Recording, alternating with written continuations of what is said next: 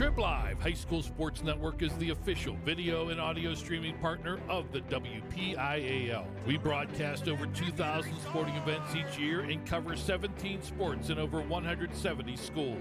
At HSSN, you'll find the latest in high school sports news, live and archive broadcasts, scores, standings, and much more. Trib Live High School Sports Network, your high school sports leader. All season, every season.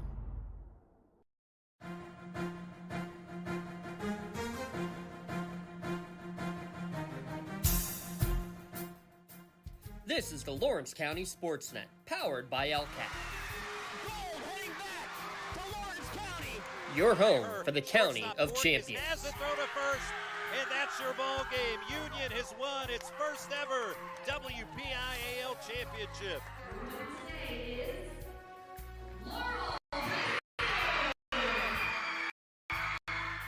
There it is.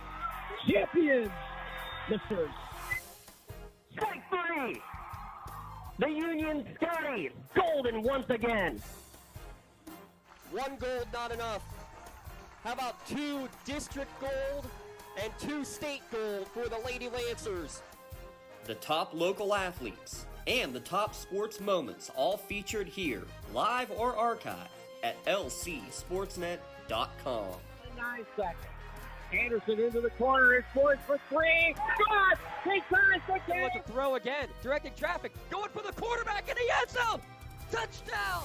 Featuring over 100 broadcasts of county events in over a dozen sports. Your voice for Lawrence County sports. The gold ball headed home to Newcastle. This is the Lawrence County SportsNet. Live from Bessemer, it's high school basketball on the Lawrence County SportsNet, powered by LCAP. Tonight, it's the Mohawk Warriors hosting the Ellwood City Wolverines. Tonight's high school basketball is brought to you by the Lawrence County SportsNet and the Trib Live High School Sports Deck here, and brought to you in part by Bailey Chiropractic, keeping you in the game. Castle Asphalt, making your dreams and designs come to fruition. Luxembourg, Garbutt, Kelly, and George, keeping promises for over 80 years. The Red Zone, score big at the Red Zone. Major Bonner Law, a community firm dedicated to protecting your possessions. Conscious Insurance, love the life you live, worry-free. The Crane Room, family-owned restaurant, brewery, and banquet center. The Penn, Ohio Bottled Water, home and business bottled water delivery. Health in Motion Physical Therapy, keeping you moving. Works in Progress Paint Service. The Lawrence County Child and Youth Services, the Tri-County Principal. And by the Lawrence County Community Action Partnership. Hi everyone, I'm Tim Continental along with James Dotson as we get ready for tonight's big matchup in Section 1 and 3A.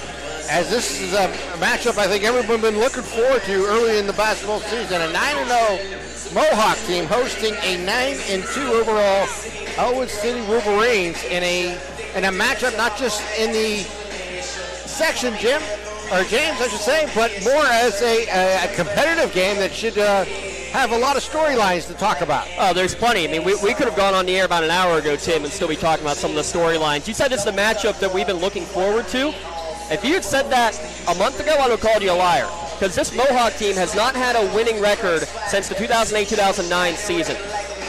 They've only had 2 double-digit win seasons, 10-win seasons along that road back in 2012 and 2013. So the fact that they are 1 win away from being 10-0 is absolutely phenomenal to see what that team has done to start this season. Now currently ranked number 2 in the Trib Live standings for Class 3A. And you look at this Ellwood City team that's made it to the state playoffs the last couple of years, WPIAL champion 2 years ago. Lost a lot of the crew from that, but you still have one of the top scorers in the entire district in Joseph Ruff. We're going to call his name a heck of a lot here tonight, Tim. It's going to be a battle through and through, and just to make things a little more fun, hey, it's 2 county teams going at it, so there's a little bit of bad blood always there when Warriors and Wolverines collide. It really is 2 communities that know each other well and look forward to this matchup. As you mentioned, Joseph Roth averaging 27.5 points per ball game, shooting over 72% on the year. The 6'6" forward, or I should say center forward type player for this Wolverines team is someone to pay attention to, as you mentioned earlier. He is exactly what that. Everybody has to pay attention to him because you didn't know what to call him, a center or a forward. You call him a guard. You call him a point guard. At times he will run the point if necessary. He's just very smooth, very athletic, a three-sport athlete. And when I say three-sport athlete, it's basketball, baseball, and swimming. And he's getting close to Olympic qualifying times, especially in the butterfly in the pool. But he's doing all that. Swimming for Riverside with the co-op while playing in basketball season and doing it so phenomenally. When you're averaging 27 points and 15 rebounds per game, literally a double-double in all 11 games so far for Ellwood City. Obviously, he's the straw that stirs the drink. The question is, who's going to be that secondary or tertiary scoring? That's going to be the key for Ellwood City, not only tonight but all year long. If they can find that number 2 or number 3 scorer to be consistent over the course of the year, that's how this Ellwood City team ends up being one of the top potential programs in not only the section but the entire WPIAL for Class 3A. This is your LGKG pregame show. Your insurance company is not always on your side. The law offices of Luxembourg, Garbutt, Kelly, and George are. Visit them online at lgkg.com for a free consultation. As we get ready for tonight's game, let's take our first time out of our LGKG pregame show, and we'll be right back. You're watching LCSportsNet.com, powered by LCAP. Cold winds blowing, temperatures dropping, and snow is beginning to fall. And then your furnace goes out. LCAP's LIHEAP Crisis Program is here to help. If your furnace is blowing cold air, not turning on, or not reaching the desired temperature, help is right around the corner, whether it needs fixed or replaced. For information, call the Department of Healthy Homes at 724-656-0090. LCAP's Healthy Home programs are the key to safer living. For 20 years, Melee Chiropractic has treated athletes of all ages to help them get safely back to the top of their game. Melee Chiropractic has 3 full-time doctors in their office, and all 3 are former area athletes who have had to battle injuries throughout their careers. They want to help you get safely back on your feet. But more importantly, help stop the injuries before they happen. Prehab before you rehab. Attention all high school student athletes. During your sports season, a $25 visit to the Melee Chiropractic office includes an adjustment and/or all therapies necessary, from the athletes of tomorrow to the weekend warriors and everything in between. Let Melee Chiropractic keep you in the game. Castle Asphalt and Construction is driven to provide quality, cost-efficient pavement-related services to Western Pennsylvania. Every paving or construction service at Castle Asphalt begins with a thorough site inspection of the area to allow their team of professionals to become familiar with the unique conditions of your home or business. Once the site inspection is complete, Castle Asphalt provides you with a detailed plan of the design, cost, materials, and time of completion, so you know exactly what to expect during your construction. Visit castleasphalt.com to request a quote for your next project and make your dream design come to fruition. Contractors, the Department of Healthy Homes needs you. From small to large residential projects, you can help families live safer and healthier with the quality work you do. It's rewarding in more ways than one. Call LCAP's Department of Healthy Homes today. For more than 120 years, people have been relying upon Martindale Hubbell's AV preeminent rating to select their attorneys. If you're involved in a workers' compensation situation, you should do the same. LGKG has been AV rated for over 40 years. And welcome back here to our game show here in Bessemer, Pennsylvania, getting ready for tonight's Mohawk and Ellwood City matchup here in Section 1-3A. It's the 9-0 Mohawk Warriors taking on the Wolverines from Ellwood City, who are 9-2 overall, 1-1 in the section. James, when you look at tonight's ball game, you mentioned it earlier, the job that head coach Mike O'Leary has done. This team has not had much success in the past, but getting off to a 9-0 start really shows some of the efforts that he's been trying to put into this program come to fruition. 229 wins as the girls coach at Mohawk over a 15-year span. A couple of WPIAL championships, a trip to the state finals. he did a lot with that team. And I just talked to him here before the game. I asked him about that transition of going from the girls team all those years to taking over with the boys squad last year. And he said, first off, his entire staff came with him. So the entire girls staff moved over to coach the boys last year, and they're again back this year. That was a big part of it. But the second part, he said, all credit to the girls on that team because they were able to run so many sets that, were, he didn't want to say that they were, men's team sets, but that's basically what it was. And a lot of extra sets that you normally might see on a boys team, he was able to do that with their girls team because of how successful they were and how talented of a squad that they had over that 3 or 4 year span, especially down the stretch, that it was basically a seamless transition. They were running the same ideal, the same kind of sets they did with the Lady Warriors over the many years of championship basketball. And this team, especially now, is a team that really has bought in to everything that they've been doing. It's a young team, only one senior in the starting lineup, only one senior on the entire roster, actually, from Mohawk.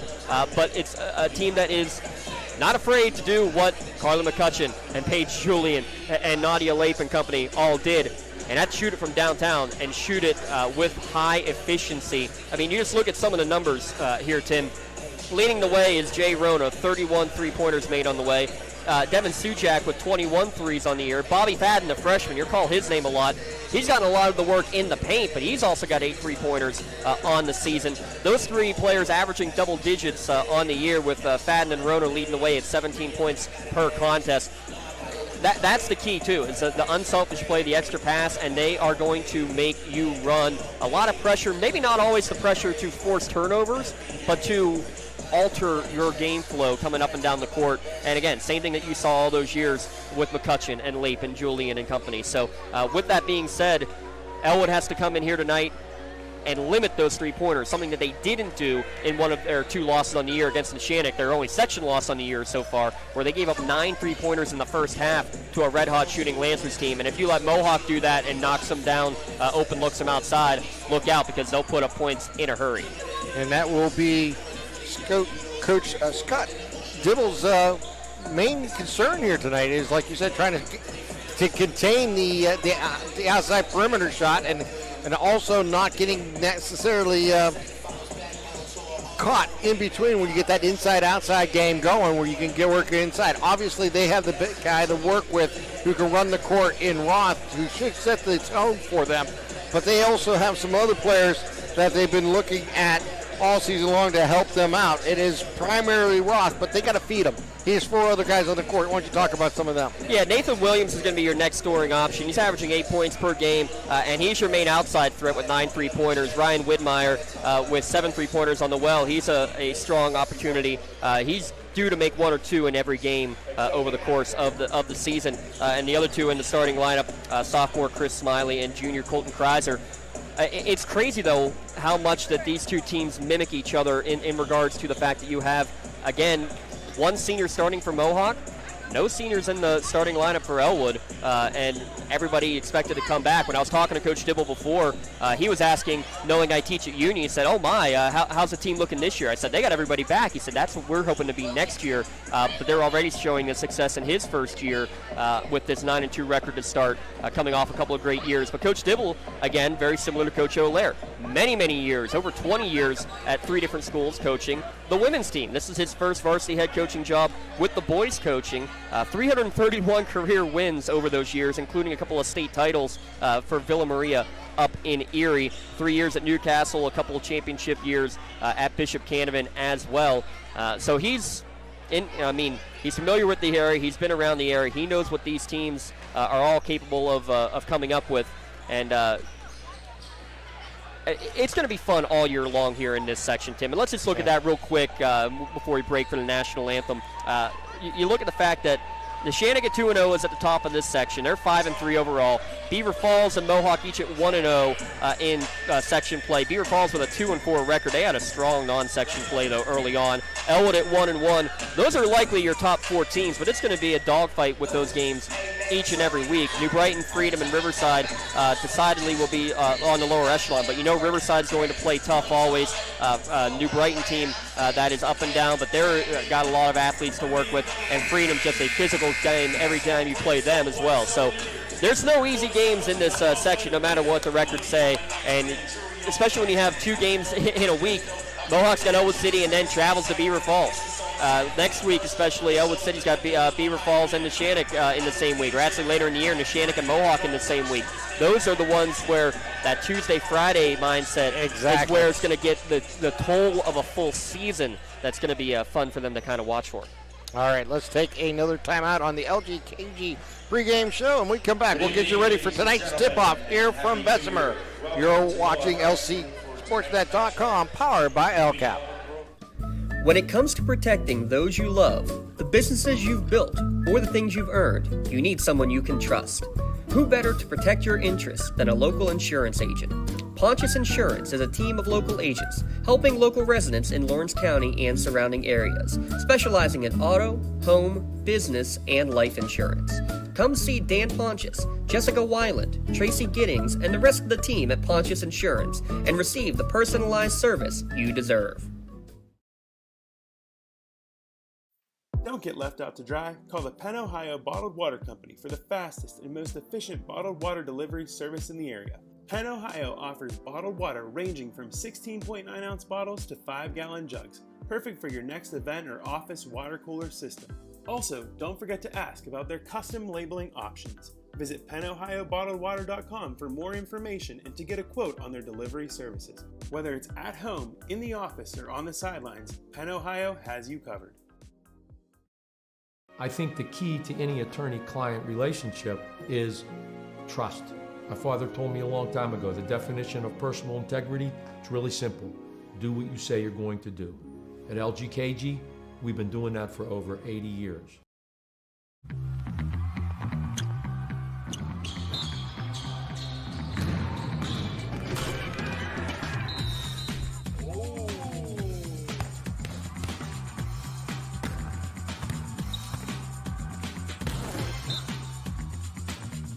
That was awesome.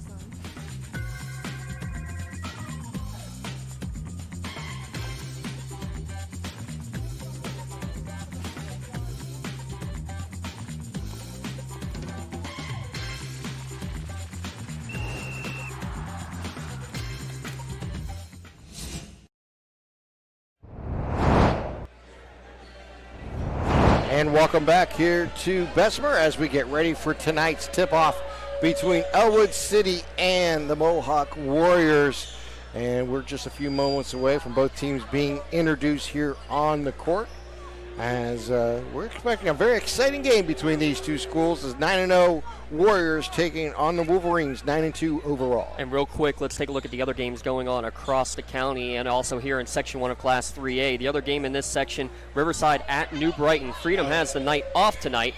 Neshannock hosting Beaver Falls, the other game in this section and in the county. And the other 3 county games, Newcastle hosting North Allegheny, their first home section game in Class 6A. In Class 2A, Shenango hosting Laurel, and in Class 1A, Union hosting Carlinton. That one's going to be a fun one we're going to try to keep our eyes on over the course of this evening. Trying to get the PA system up and running here as we get the starting lineups here for tonight. Our starting lineups tonight brought to you by Penn Ohio Bottled Water. Call Penn Ohio Bottled Water for delivery of your 3 or 5-gallon water cooler systems, or get cases of bottles delivered to your home or work. Starting is the junior averaging 3 points per game, Ryan Widmeyer. Fellow junior Nathan Williams averaging 8 points per game. Sophomore, 5 points per game for Chris Smiley. Junior, 4 points a game for Colton Kreiser. And 6'6 junior Joe Roth, 28 points, 15 rebounds per game. Widmeyer, Williams, Smiley, Kreiser, and Roth out there on the court for Ellwood City, and Coach Scott Dibble, again, as you said, a 9-2 overall record. They're averaging 55 points per game. They allow 47 points per contest.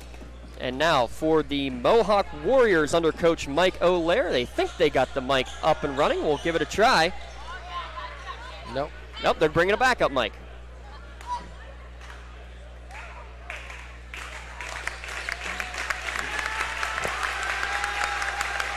Maybe.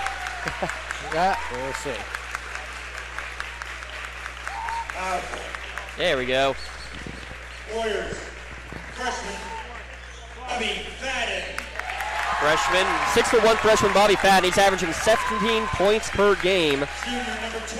Jay Rona, the leading scorer, just a few points above Fadden. 5'11" junior, averaging 18 points per contest. A couple other juniors, Mason Hopper and Keegan Hopper, both at 5'11". Keegan Hopper averages 8 points per game, Mason at 4 points per game.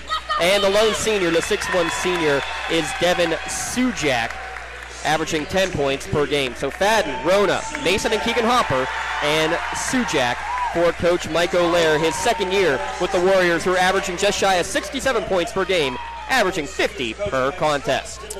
And just for those who are watching here tonight, I will probably say Mason Hopper and just call Keegan Hopper. Or I might just use them both. I don't know. We'll have to wait and see. Or I might turn into Mason and Keegan for all we know. Yes. Mohawk wearing the whites. They'll be going left to right as you're watching. Joe Roth will be tipping it up against Bobby Fadden. How about that? The freshman going up against the 6'6" junior, and the freshman wins it, Tim. And they bring it up for it. They'll throw it to the left-hand corner. Back to Rona. Top up. Get it outside as they work into the arc. Take it cross court. This outside three shot is going to be back in the room. No good. Rebound there by Mason Hopper. Give it back out to Rona. He takes a dribble, but he's going to be called for a travel before the shot, and that will turn the ball back over for the first time tonight to Ellwood City. And then we'll get to see this 2-2-1 press from Mohawk, and we'll see how Ellwood City goes against it. And they're going to push foul right away, it looks like, against Hopper. A little too aggressive there, Tim. Trying to set the tone early, and they pick up the first foul. With 7:37 here remaining in the first quarter. Ellwood City will bring the ball up. They'll get it over to Colton Kreiser. Kreiser with the ball. Dribbling with the right hand. Works it down inside the arc. Now backs it back out. Stops his dribble. Throws it in the corner. Gets it over to Smiley. Takes a shot. No good. Rebound there by Rona as he'll bring the ball up for the Warriors. Rona dribbling with the right hand. Throws into the corner. We're going to have a three taken. It's going to be overshot and rolls down into the corner. And we have a whistle and last touch there by Ellwood City going out of bounds. He'll stay with Mohawk. Packed house here tonight for this game, as you would expect him. Tell you what, Coach O'Leary was not afraid to say that, you know, look, we're telling the boys, we're playing meaningful games in the beginning of January. Look at this packed house. Everybody is loving it. They bring it right down into the paint. Shot taken, no good there by Fadden. But he was fouled in the process. And Bobby Fadden will go to the line looking for the first points of tonight's game. Well, you just look up on the 1,000 Point Club to our right, Tim. You see Rob Fadden up there back from 1993. You see Uncle Brian Fadden up there from the early 2000s, former teacher at Union. And he was, I think he's ranked number 15 or 16 in the entire county history. Well, good bloodline, and Bobby getting in there early. So the first shot was good. The second one follows. And the first 2 points of the ball game belong to Mohawk. Again, they'll show the pressure as Ellwood City will bring it up. Kreiser with the ball. As he crosses the timeline with a jump pass, they'll work it down into the corner on the right-hand side. Bounce pass underneath. All alone is Roth for his first two of the game. How's that the person that you leave alone, though? Down on the block. Big mistake there for Mohawk. Take it right to the corner, shot no good. Roth with the ball as he brings the ball in the forecourt. Roth stops inside the arc, now gives it back out. Zoom over to Kreiser. Kreiser with the ball. Man, the crowd was ready to go and explode because the defender Smiley fell down, but Roth bails him out with a big block down low. They work it into the top of the key. Roth rocks inside, jump pass outside. Get it over to Kreiser for three. Shot is good. And the first three of the ball game belongs to Ellwood City, 5-2, 6:10 here to play. Rona with the ball in the forecourt. Throws into the corner, again another three try, and this one will be answered right back by Sujak. Well, give Sujak a couple opportunities, eventually he's going to make them. Again, pressure in the backcourt, Roth with the ball. Bounce pass in the forecourt, gets it over to Wiseman. And we're going to have a travel call against Ellwood City, and they'll give it right back to the Warriors. Yeah, Widmeyer had to try to tiptoe the line right in front of the Mohawk bench, and in doing so ended up traveling with the basketball. Rona with the ball, dribbles with the left hand, takes it to the hole, off the glass, no good. Rebound there by Roth. Roth will bring it on the coast, trying to go coast to coast. With the right hand off the glass, good for 2. And that's it right there. You got to stop ball against Roth. He's not your typical big man that's going to outlet. If he's got room, he'll dribble, and he could go coast to coast. Fadden dribbling with the ball, driving down the right side, takes it to the hole, shot no good. Ball batted in the air, on the ground, picked up there by Williams. Williams outlets it to Roth. Roth dribbles behind the back, stops his dribble, bounces it back out, gives it over to Widmeyer. Now gives it up to Kreiser. Kreiser dribbling with the right hand. Goes up top as they work it back out to Smiley, and work it inside. Smiley with the ball, takes the shot, no good. Rebound there by Fadden. Fadden with the ball, brings the ball up. He'll give it back off to Rhoda. He'll try a deep 3, rolls the rim, no good. Ball going to be crashed and picked up there by Smiley. Smiley gives it right back out to Roth. Gives it over to Kreiser. Kreiser drives inside, and he's going to travel with the ball and turn it back over. We're 4:46 here to play in the first quarter. Yeah, a little indecision from Kreiser. He wanted to pass it and then realized that there was a huge lane in front of him, such a big hole that he wasn't even sure what to do with it. Ended up shuffling the feet before he did, as he got subs coming in. Dante Retort and Justin Boston in for the first time for Mohawk. And Boston will throw it in here for the Warriors. Gets it over to Rona. Rona with the ball. Rona drives into the lane, takes it right down the middle, and lays it up and in for 2. Absorbed the contact, may have initiated some of the contact on the way in, but strong is all that was. Strong to the hoop for his first bucket. We're tied at 7.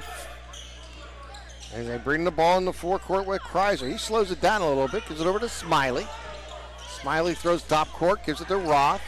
Bounce pass over to Widmeyer. He'll take a deep 3. Shot no good. Rebound there by the Warriors. Rona's outlet pass finds Boston. Boston gives it right back out to Sujak. Takes the shot, and it's going to bounce over the backboard out of bounds. Now Sujak not afraid to jack it up. His corner looks to be his spot. 3 from the right corner, now 1 from the left corner. Only got 1 to fall here so far as we're 7-7 midway through the first quarter. So Kreiser will throw it into Roth. Again, pressure in the backcourt here by the Warriors. Kreiser with the ball.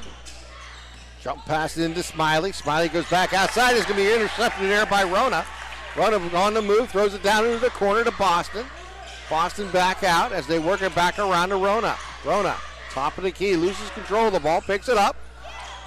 Looks at a 3, fastens up, gives it over to Boston, left side for a 3, good.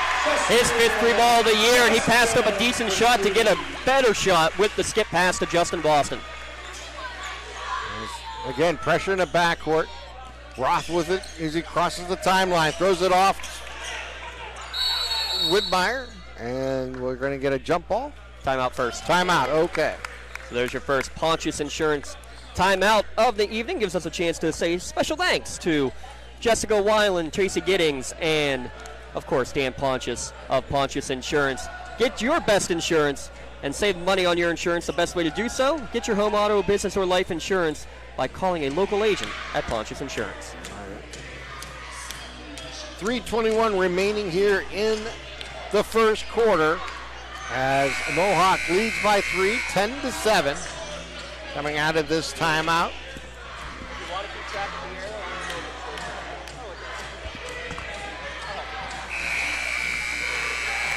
We're going to see if we can get some of the other game scores here going on a little tablet here tonight, Tim.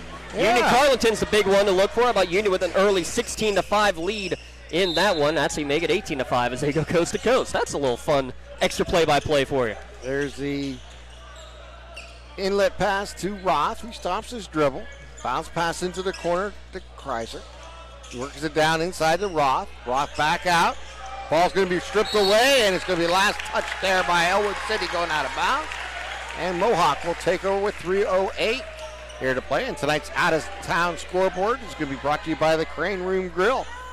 Grab a seat at the bar, the dining room, the loft. Hey, it gets still warm enough. You can go sit out on the patio.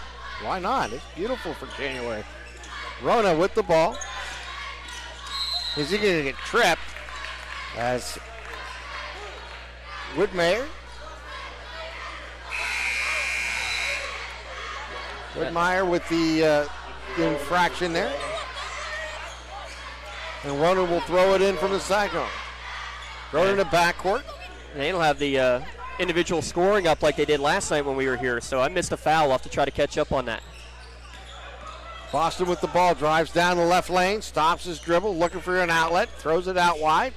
On the left-hand side, shot taken, no good there by Retort as they bring the ball up. All right, was Fadden, working it inside to Williams. Williams gives it to Roth. Roth goes up, gets the points and the foul. Well, the first shot went up short, and Roth just got good positioning to put it back up and in. And this is where he makes a big living, too, is at the free throw line. Ellwood City has shot on the year, if I can do the quick math, 76 free throws. That's if you're Ellwood City not named Joseph Roth. He's shot now 96 on the year himself, 20 more than the rest of the team There's combined. The pass is going to be out of bounds. Jay Rona was not looking for the ball as the ball went behind him and hit the head coach going out of bounds. And now that means inbounds will go from the initial inbound spot because it was not touched. And that's just not heads up. Second turnover against Mohawk. They'll throw it from underneath the basket. They got to get it in. They do. They get it to Williams. Williams takes a shot. No good. Ball batted in the air on the ground, and it's going to be loose. Picked up there by Mohawk.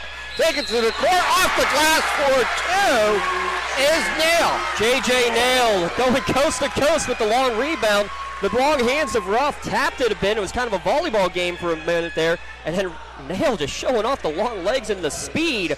Man, he skied up there. If it wasn't people around him, he could have slammed that down with the right hand. Jay Nail will look to complete the three-point play with 2:21 remaining here in the first. Shot is back of the rim, no good. Rebound there by Mohawks. Boston gives it out to Rona for three, and he puts it in. Second chance opportunities. You saw it for Ellwood City to get a three-point play. Well, Mohawk responds with a five-point play. And they bring the ball up court. Smiley with it.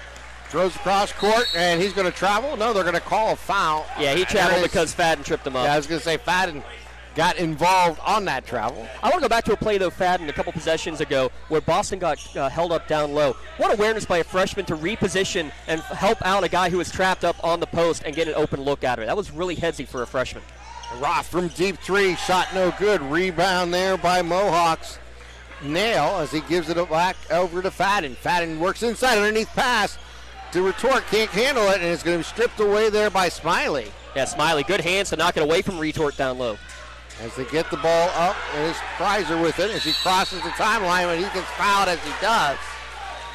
And they'll have to throw this one in from the sidelines. Yeah, Rona may have gotten away with a foul earlier. He was looking for maybe a 10-second violation, but now he got bailed him out there with the foul.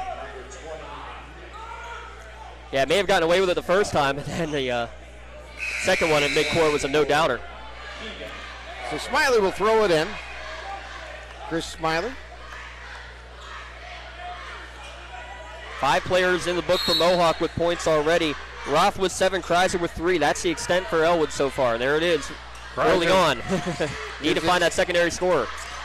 Works it up. They work it back over to Roth. He'll drive from the right side, takes underneath, makes a nice move, shot no good. Rebound there by Fadden. Fadden brings the ball in the forecourt, goes off the glass. He's going to pick up the foul, though. Shot's no good. And now we're going to get a tackle call, and they're going to call it on Nathan Williams. And now Fadden just got teed up in response.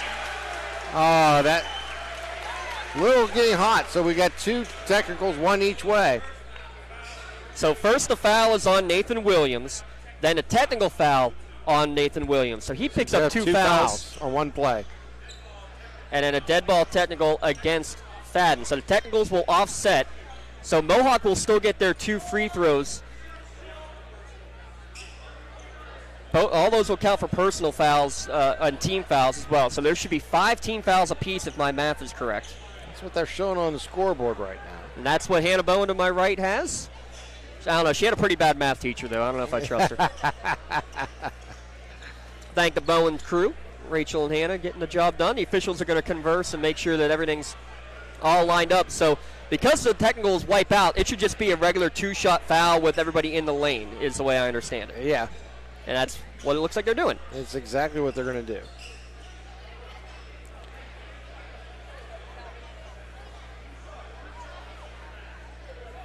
Well.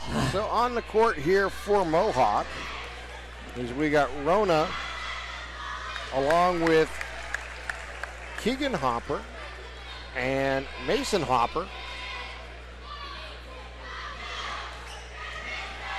And Fadden at the line taking the shot. He made the first, missed the second, and the ball's going to go out of bounds. Last touch there by Ellwood City going out of bounds there as Nathan Williams was unable to handle it. And he'll stay with Mohawk on that turnover. Yeah, we're going to have to double-check fouls here at the end of the quarter, at the end of the half, because we're falling behind, and those technicals certainly don't help. Yeah. Rona with the ball, dribbling it on the wing. Now drives into the lane, takes it to the hole with the left hand. Shot no good. Ball batted in the air, picked up there by Kreiser as he gives it back to Roth. Roth will bring the ball up here for Ellwood City. Stops at the top of the key, throws into the corner. They'll work it back up top to Roth. Roth stops his dribble, throws over right side in the wing. Gets it over to Kreiser. They give it back out. Shot taken there by Nardone, and the shot is good. Will Nardone off the bench with a big three. His 5th of the year. They work it down, and we have a travel. It's taking a couple extra steps was J.J. Nail. Yeah, a little too excited there was Nail as he caught the ball, did the junior. But a good shot there from Nardone. Points off the bench. Again, not much of those over the course of the year for Ellwood either. And Boston will check in for Nail here on the first opportunity. And they'll bring up the ball with Roth now in forecourt. Roth dribbling, goes right side. Gets it over to Smiley, and they work it back out. Work it down inside is Williams. Now brings it back out of the arc. Give it to Kreiser. He'll call the play. They're going to wait for the last shot, I think. You're down to 16 seconds remaining. Ellwood's just going to run motion against this 2-3 zone. Yep. They'll work it back out. Top of the key for three. Front of the rim, no good. And we're going to have a whistle, and I believe we're going to get a foul on Mohawk. It's going to be on Boston. Yeah, he in terms of the box out, he didn't have great position. He was under the hoop and basically undercut Roth, and as a result, that's why you get the penalty. 7.5 seconds remaining here. Get it into Roth. Roth fighting for position, and we're going to get a whistle. And we're going to get a clear out against Mohawk. Mohawk, exactly. How did Roth even get his hands to that? Yeah, with 3 guys on him. It was impressive. But it's actually Nardone who's going to go to the line for our Health and Motion bonus free throws here in the early going. So it's going to be a 1-on-1 opportunity. Special thanks to our friends at Health and Motion. No referral needed to visit Health and Motion Physical Therapy. Come in for your 15-minute consultation and save those unnecessary trips to the doctor's office. So Nardone makes the first, we'll get the second. Averages 1.7 points per ball game, so you can match that a little bit better with this shot.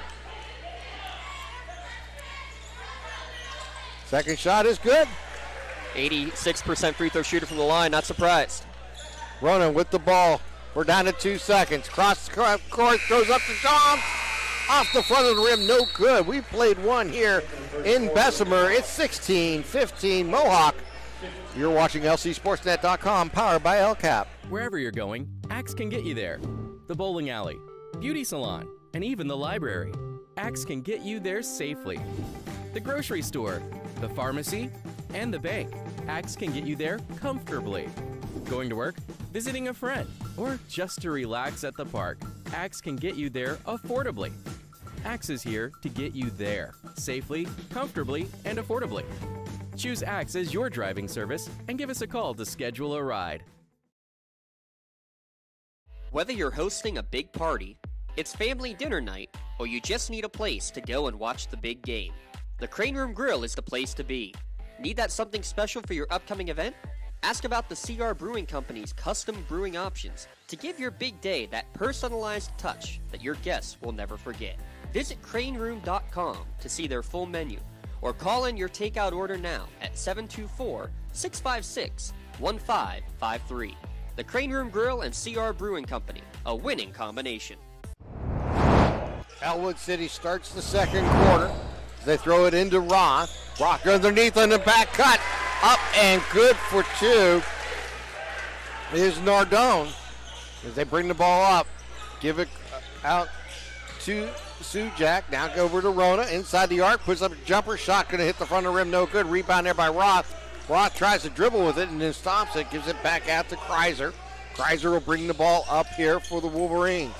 Kreiser down the left lane. Now pulls it back out. Throws into Roth. Roth down the left side. Shot no good. Rebound there by Mohawk as Retort brings it up. Retort with the ball. Tried to clear out, and he's going to get caught with the charge. Yeah, it's going to be Madur Bonner-Law change in possession because he extended the left arm and pushed off to get the charge. At MadurBonnerLaw.com, your community firm with a personal connection and individualized service. Make sure you protect your possessions with Madur Bonner-Law. So Ellwood City will bring the ball up. Kreiser with it. Goes left side to Smiley, into Roth, out into the corner to Williams. Takes the shot, no good. Rebound there by Mohawk as they get it out to Rona. Rona brings the ball up, gives it right back out to Sujak. And now they work it down inside is Hopper. Back out as they work it out. Into the corner, a shot taken. Three, no good. Again, that shot there by Sujak. And a foul on the rebound, unnecessary. Mason Hopper goes over the back, and that gives free throws 90 feet the other direction. In the bonus, taking advantage of it is Ellwood City, and they'll send Smiley to the line shooting these extra shots. So it is a 1-and-1 as that is the 19th foul. Real quick, halftime scores already. Well, we'll get to that after this. Back rim, no good. Rebound there by Sujak as they work it inside, and shot's going to be no good, but we're going to get a foul on the court. Now we get those halftime scores. 22-21, Beaver Falls leading Neshannock, and Newcastle 32-22 leading North Allegheny at the half. Throw it up top. They work it outside to Rona. Rona with the ball.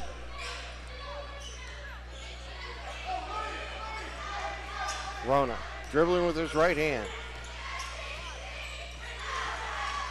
Goes down the right side, takes it to the hole, off the glass, good for two.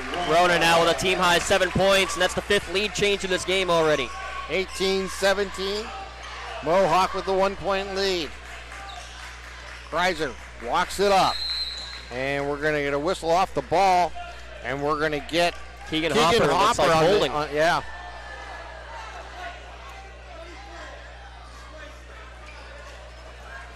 Displacement to call. Well, that's going to put Smiley back at the line here for this time too, right? Because yeah, it's the double bonus. This is the double health in motion bonus. I'm going to get that one right eventually. Big thanks to Mike Mirko, though, at Health in Motion. They want to help get athletes back on the field. Everyone deserves to be at the top of their game. Physical therapy can help. Not all pain, just for athletes. It's not just for the athletes. Call Health in Motion today at 724-856-3683 for your free consultation. Notice a difference with your first visit to Health in Motion. So Smiley splits the pair and ties this game at 18. Retort will throw it in. Gives it to Rona. Just over 6 minutes here to play in the first half. Fun first half it's been, Tim. It certainly has. Rona inside it, gives it back out. They work it down inside. Nail throws it back out, this time to Sujak. Works it into the lane, takes the jumper, up and good.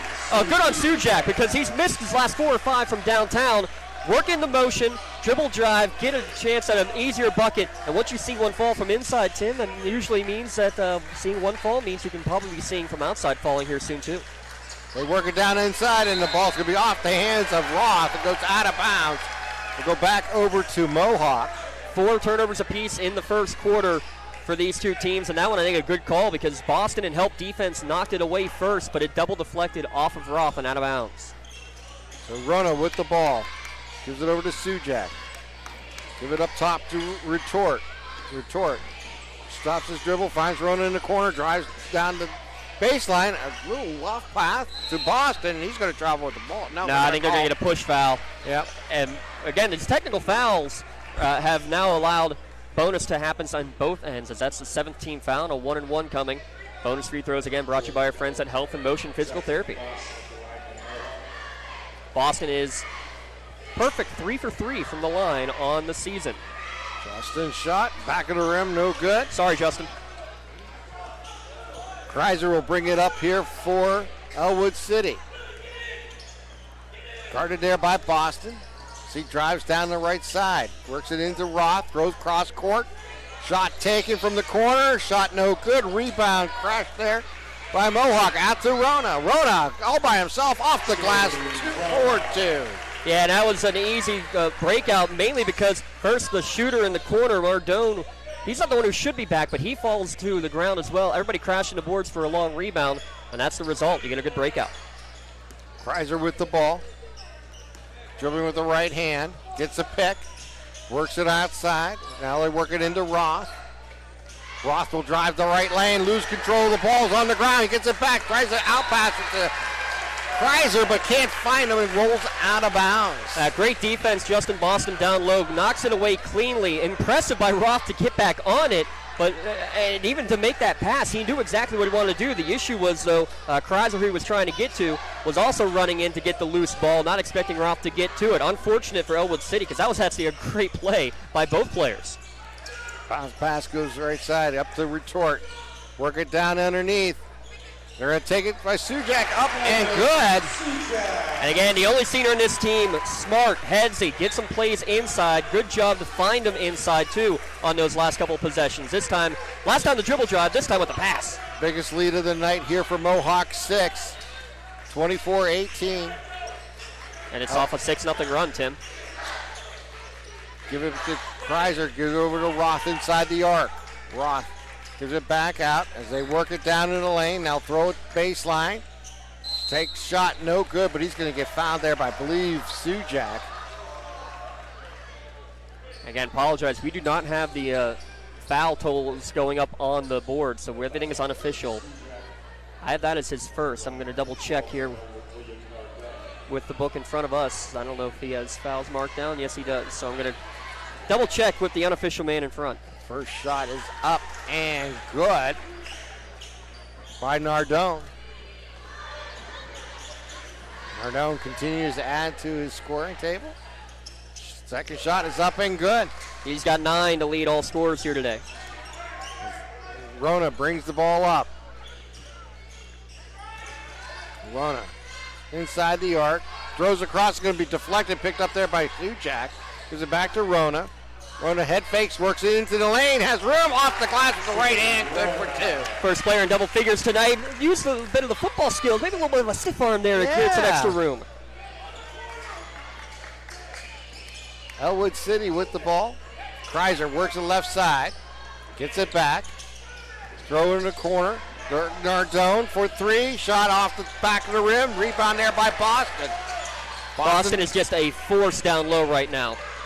Give it out to Rona. Rona, a deep 3, left side, front of the rim, no good. Rebound there by Whitmire as they give it out to Roth. Roth works it into the lane, makes a nice cut. Shot taken, no good. Ball on the ground, followed up by Kreiser, shot no good. Well, with the third shot, and he's going to get fouled with the shot not falling for him, but he'll go to the line.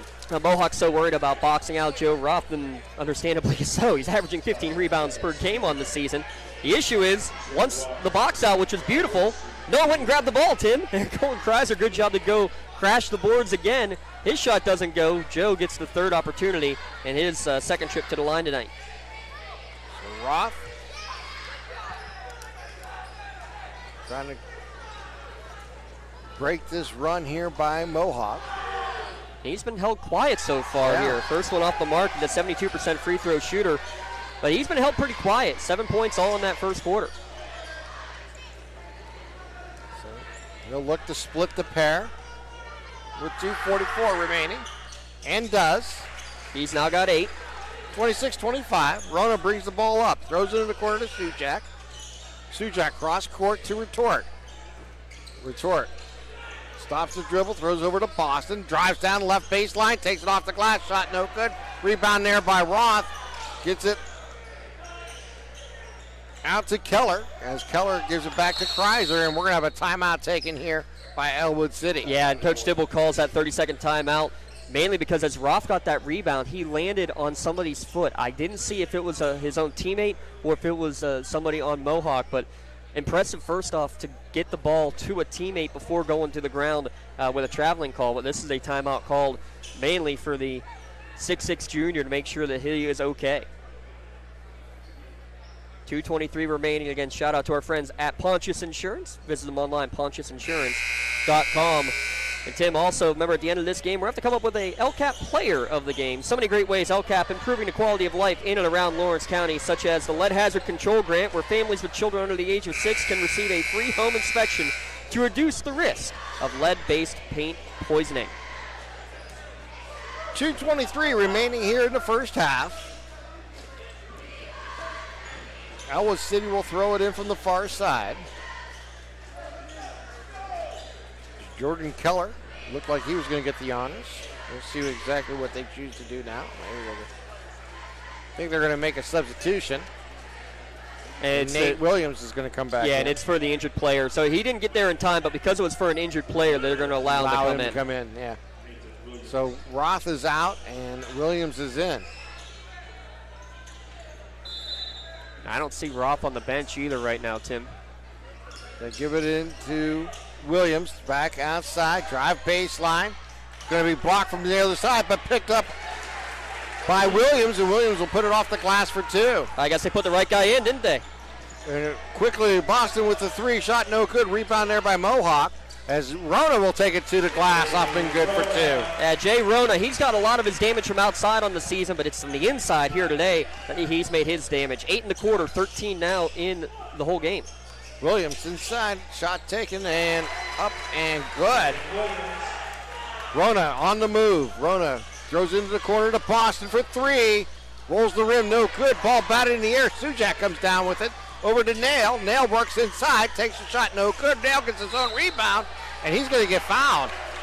And Coach Dibble not pleased, but a push from behind from Williams. He's the one who left with the technical foul, but he got the personal and technical in the same play, and that's big, because that's going to be his 3rd foul. It's on the floor. It's still just 1-1, as that's the 8th team foul against Ellwood. So J.J. Nell at the line here for the Warriors. Looks and shoots and puts it in. 29-25. 95 seconds remaining here in tonight's first half. Nail also an 88% free throw shooter on the year. And a new substitution coming in here for Mohawk. Yeah, how about Mohawk? They're shooting as a team 74% from the line on the season. And the second shot follow up by Nail is good. 30-25. Pressure in the backcourt again. Kreiser bounce pass it, gets it back. Kreiser gets it into the forecourt. They'll work it into the corner. And going to be kind of volleyballed around and goes out of bounds. Last touch there by Mohawk. Yeah, it was Jordan Keller who made the pass inside. Then got knocked away, and here's good news. You see Roth back in, missed just 1 minute of game time. One of the few 60 seconds you haven't seen big number 35 on the court here this season.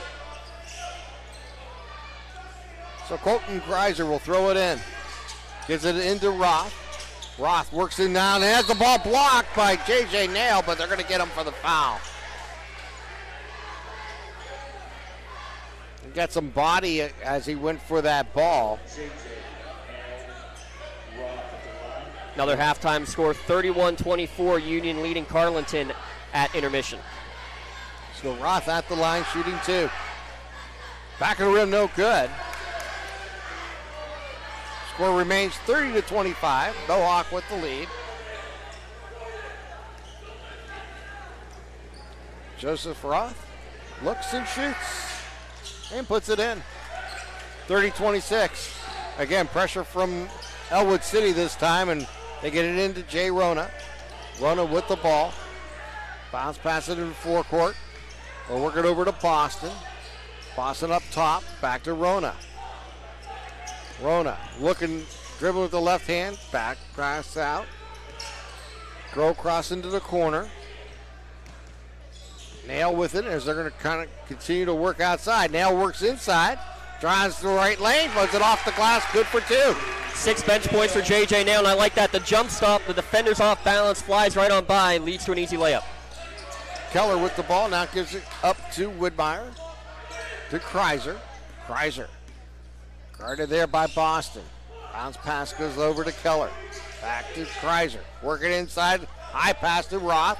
Works it down underneath, and they're going to get a foul as they reached in for the ball as he brought it down low. Oh, good job to Sky up for it. Now, I like that entry pass, though. They haven't tried a lot of entry passes, Tim, either with the bounce or the Sky ball like that one was, but let your big man go up and get it. The tallest guy on the court right now is Dante Retort at 6'2". You're going to get at least 4 inches no matter who is trying to guard him. And that time it was 3 players who still couldn't get up there to get the ball. So Roth hits the first and looks to complete the pair. And does. 32-28. Get it into Rona. Rona brings the ball up court. Rona works down the middle, has room, and he's going to be fouled there by, I believe, Roth. No, Roth was clean. It was Widmeyer reaching in who's going to get credit for the foul, and that's a good job by the officials. The issue is, by my count, that's 3 on Widmeyer. Foul trouble is going to be piling up here. We'll get the official numbers here during our Castle Asphalt halftime show. Let's give a quick shout out to Castle Asphalt. If you're looking for quality, cost-efficient paving and construction services, Castle Asphalt and Construction can make your visions for your project a reality. 19th foul, right, Tim? Yes. And the first shot up and good there by Rona. Extends the lead to 5, 33-28. Rona unofficially now 14 points. And now 6. Run ahead with a big first half here for the Warriors. Kreiser brings it up. We're down to 22 seconds here to play. Over to Roth. Gives it back up to Williams. They're working inside to Roth. Roth makes a nice move, takes it to the hole, up and good. I think you got to keep feeding the big man. That's a great drop step and score. Rona throws it in the court for Boston, drives inside, throws it back out to Rona, down to 2 seconds, takes a shot, rolls the rim, no good. And we have played the first half here in Bessemer, and a good first half between these two schools, with the home team leading the visitors by 4, 34-30. Let's take a timeout. We'll come back and start the halftime here from Bessemer as Mohawk leads by 4. You're watching LCSportsNet.com, powered by LCAP. At LCAP Early Learning Centers, our kids are superheroes with extraordinary abilities to explore and learn. All our programs are filled with amazing children, but we need help. We're hiring group supervisors, assistant group supervisors, aides, and many other support positions. If you love to work with children as young as 6 weeks old, then you could be a superhero too. Help empower young minds in Lawrence County. Apply today at lcap.org. In workers' compensation, my clients are oftentimes not receiving their wage loss. They're not receiving their medical expenses. LGKG, they come to us so that we can put them in a position to pay their bills. If we're keeping our promises, our clients are getting the justice they deserve. When injuries get you sidelined, don't trust just anyone to get you back on the field. Visit Health in Motion Physical Therapy in Shenango Township. They want to get you back to the top of your game as quickly as possible with certified orthopedic and manual therapies. At Health in Motion, you receive quality one-on-one time with a board-certified physical therapist. Get the next generation of physical therapy to help in your recovery. Health in Motion is the first PT clinic in Western Pennsylvania to use the Nuvie, the neurobioelectric stimulator, in their therapies. Their technologies can reduce your time on the sideline from 3 or 4 weeks to just 3 or 4 days. Don't wait for months to see improvement. Notice a difference after your first visit to Health in Motion, keeping you moving. When the high school season heats up, make sure you have the best gear to support your school. Head to the Red Zone on Wilmington Road in the Shannock for all your county sporting apparel needs. From sporting goods to custom apparel to embroidery and more, the Red Zone has it all. Quality gear for all 8 schools in the County of Champions. Stop by and enter the Red Zone or visit them online at theredzonesports.com. Score big at the Red Zone. Works in Progress Painting wishes a successful and satisfying season to all Lawrence County sports teams and athletes. Work hard and bring honor to your team and how you play. Joe Wright and his family have been providing painting, window cleaning, and other property services for homeowners and businesses in the Lawrence County area for over 10 years. Their goal on every project is to provide a meaningful service that honors their customer, God, and their family, and to have fun while doing it. Works in Progress is now booking interior painting and related projects for the winter season. Call Joe today, 724-714-4294 to discuss your next project.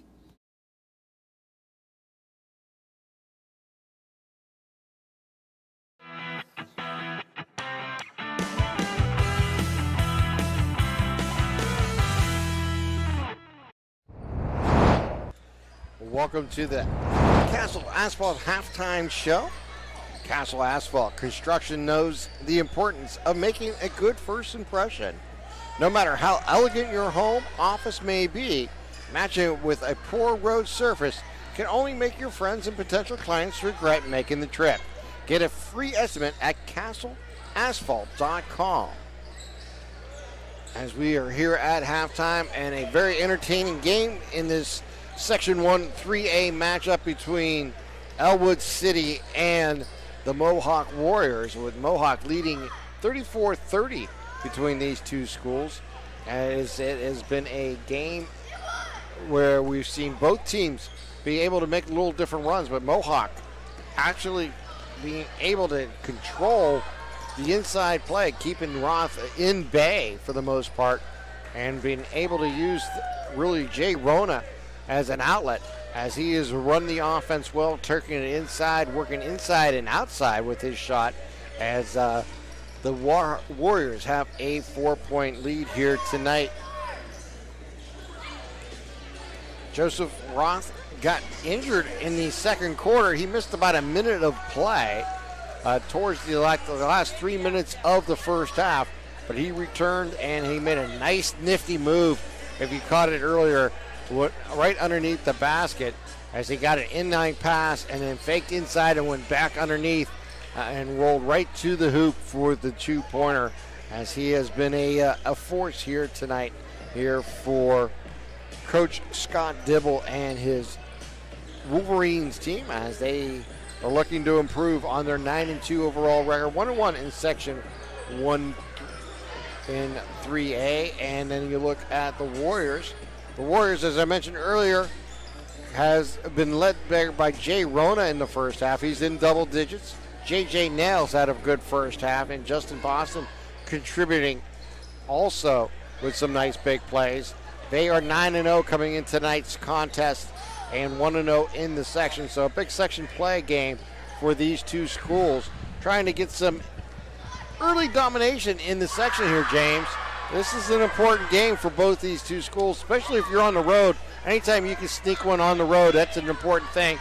Right now, Ellwood City trailing by 4. Well, and just look at the fact you had Ellwood City, who was a ranked team in the Trib Live rankings up until this week. The big loss to Neshannock certainly hurt them in those rankings, but Mohawk, with their start at 9-0, jumps them all the way up into the top 5. They're ranked number 3 right now, Neshannock number 5, Ellwood City at number 6 in the Trib Live rankings. But just more than anything, the fact that your main star, your main scorer in Joe Roth has been basically quiet.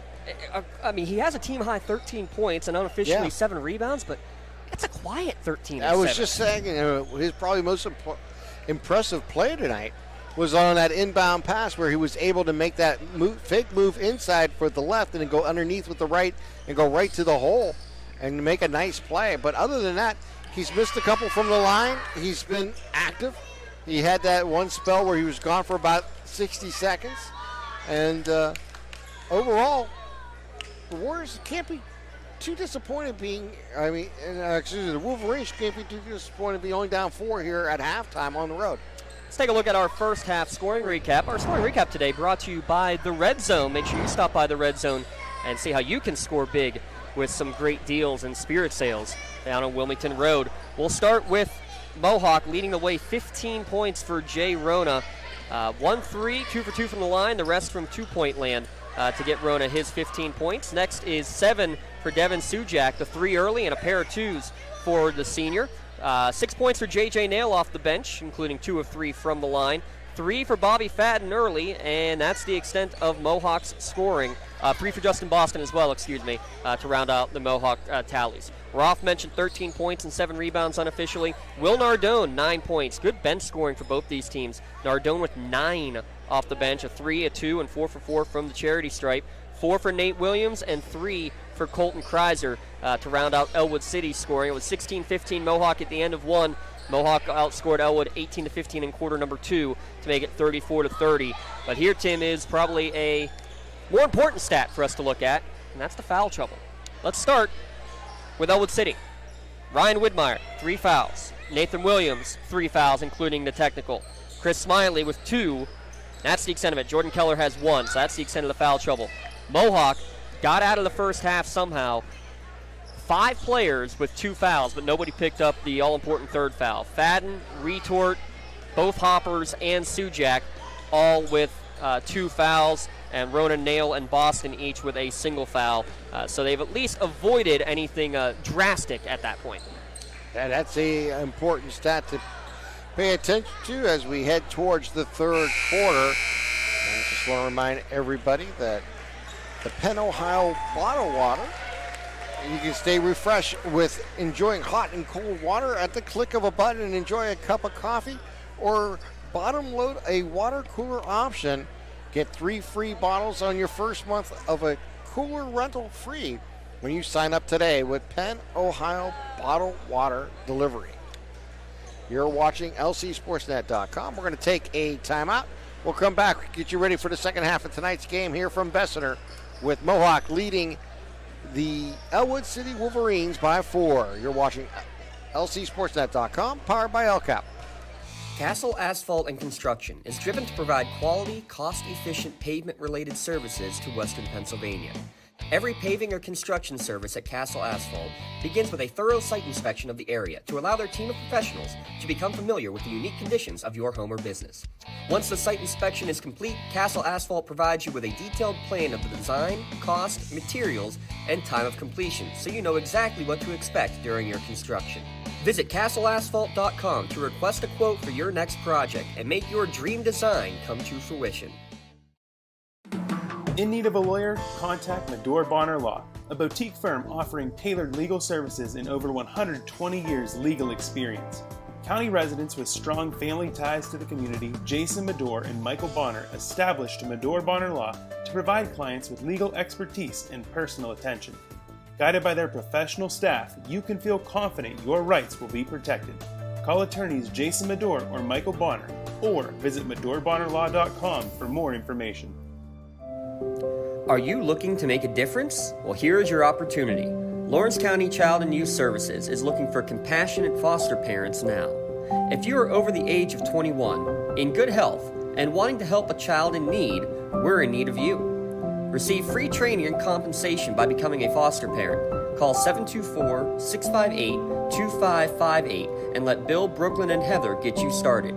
Make a difference and become a foster parent today.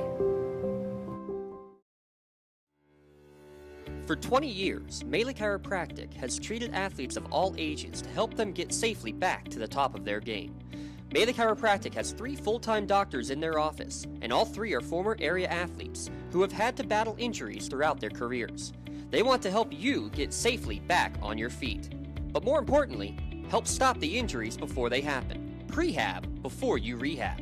Attention all high school student athletes. During your sports season, a $25 visit to the Melee Chiropractic office includes an adjustment and/or all therapies necessary, from the athletes of tomorrow to the weekend warriors and everything in between. Let Melee Chiropractic keep you in the game.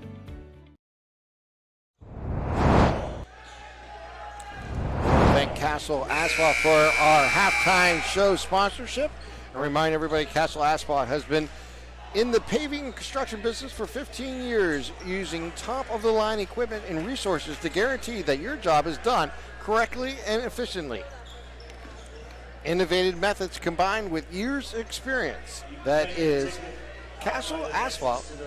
And you want to catch them at castleasphalt.com. All right, we're just about ready here for the second half of tonight's ball game between these two schools in Section 1 and 3A. And everything we expected between these two schools in the first half, for a combined record of 19-2 between these two schools. James, we got to be pretty excited about watching this second half. Be interested to see how the timeout situation may be used here in the second half as the Warriors have all 5 of their timeouts, while the Wolverines have used 2 of their 5. Yeah, that might come into play down the stretch, especially if Ellwood continues to play from behind. It was back and forth in the first quarter, Mohawk basically leading throughout the second. So that will be fun to watch, but Mohawk will have first possession. And again, also watch how they use 2 starters, Ryan Widmeyer and Nathan Williams for Ellwood City, both with 3 fouls. Williams out there on the court, and I believe Widmeyer is out there as well. So we got we have Sujak, Rona, Keegan Hopper, and Mason Hopper, along with, I believe that is Bobby Fadden on the court here for Mohawk. And we got a little mop-up job here. Yeah, they had the youngsters out there playing ball during the intermission, and people were walking near the edge of the court, and a couple wet spots because it's been a rainy day. Talk about rainy. How about Neshannock raining 3s in the fourth quarter? They now lead 38-34. Just about 6 minutes left to go in that game. Union leading 31-24 over Carleton at the half at last score update. And starting in the fourth quarter, Newcastle 46, North Allegheny 36 your score in that one. All right, 8 minutes on the clock as we get ready to start the second half. Jay Rona with the ball here for Mohawk. Dribbles with the right hand. He hands it off to Sujak. Throw inside, get it to Fadden, turns up the lane, shot no good. Ball crashed there by Mohawk. Give it back out, shot taken, and on the ground, picked up there by Fadden. We have a whistle. And who are we getting to get this foul on? Looks like Kreiser. I was just going to say, it looks like Kreiser just getting off the floor. And he's saying, how's it on me? I'm the one who's on the floor. But he ended up tangling feet, and they're going to say that he did so in a dangerous manner. They work it outside. It's Sujak for 3. Back of the rim, no good. Rebound there by Mohawk. Fadden takes it right down the lane, down the baseline, and gets fouled. Goes to the line now, shooting 2 here for the Warriors. Well, I mentioned how Joe Roth has so many free throw attempts. That was on Smiley, by the way, on that foul. That's his 3rd. Keep an eye on that. But for Mohawk, that's basically what Bobby Fadden is the equivalent of Joe Roth. Not nearly to the extent where Roth has more free throws than the rest of the team combined, but he came in 33 of 49 from the stripe, and he's now 4 of 6 from the line tonight. Hits the first one, extend the lead out to 5, and falls through with the second one. 6-point lead, matching the biggest lead of the night here for Mohawk. Roth with the ball. Gives it over to Kreiser. Throw it in the forecourt to Williams. Williams is going to lose control of the ball. And last touch there by Mohawk going out of bounds. They'll stay with Ellwood City. Yeah, good job to stay in the defensive positioning down there. I believe it was one of the Hoppers. Might have been Rona, though. I mean, they all got the hair just flying around. Roth works inside. Ducks underneath. He's going to travel with the ball. And again, good defensive position there is the reason why that travel happens. Not by 1, but by 2. For him to be able to split the defenders. And he did a good job of it, but he shuffled that pivot foot to do so. So Jay Rona brings the ball up here for Mohawk. Rona gives it back out as they work it over to Hopper, to Sujak, and we're going to have a whistle and a foul. Moving screen against Mohawk. So that'll be an offensive foul. Another Medora Bonner Law change in possession. Make sure you protect your possessions at Medora Bonner Law with flexible appointment hours. Medora Bonner Law has a team of experienced lawyers and staff who are always ready to help. That was on Mason Hopper. So that's his 3rd. We'll throw it in. Kreiser will bring it up here for Ellwood City. Gives it over to Roth as they find a backdoor cutter to Williams. Shot no good. We got a whistle underneath, and they're going to get Roth? Yeah, Roth with a push in the back. Offensive foul. Okay. Yeah, on the rebound, he just gave a little push in the back to Fadden, who had the better positioning. So first foul against Roth, but already the team's 3rd against the Wolverines here in the second half. So Sujak gives it back over to Fadden. Fadden dribbles between the legs and brings the ball up. Stolen there by Smiley. Out to Roth. Roth will take it off the glass. Too hard. No good. Rebound Sujak. Out to Rona. Rona with the ball in the forecourt. He'll slow it down. Rona drives into the lane. Has room off the glass. Good for 2.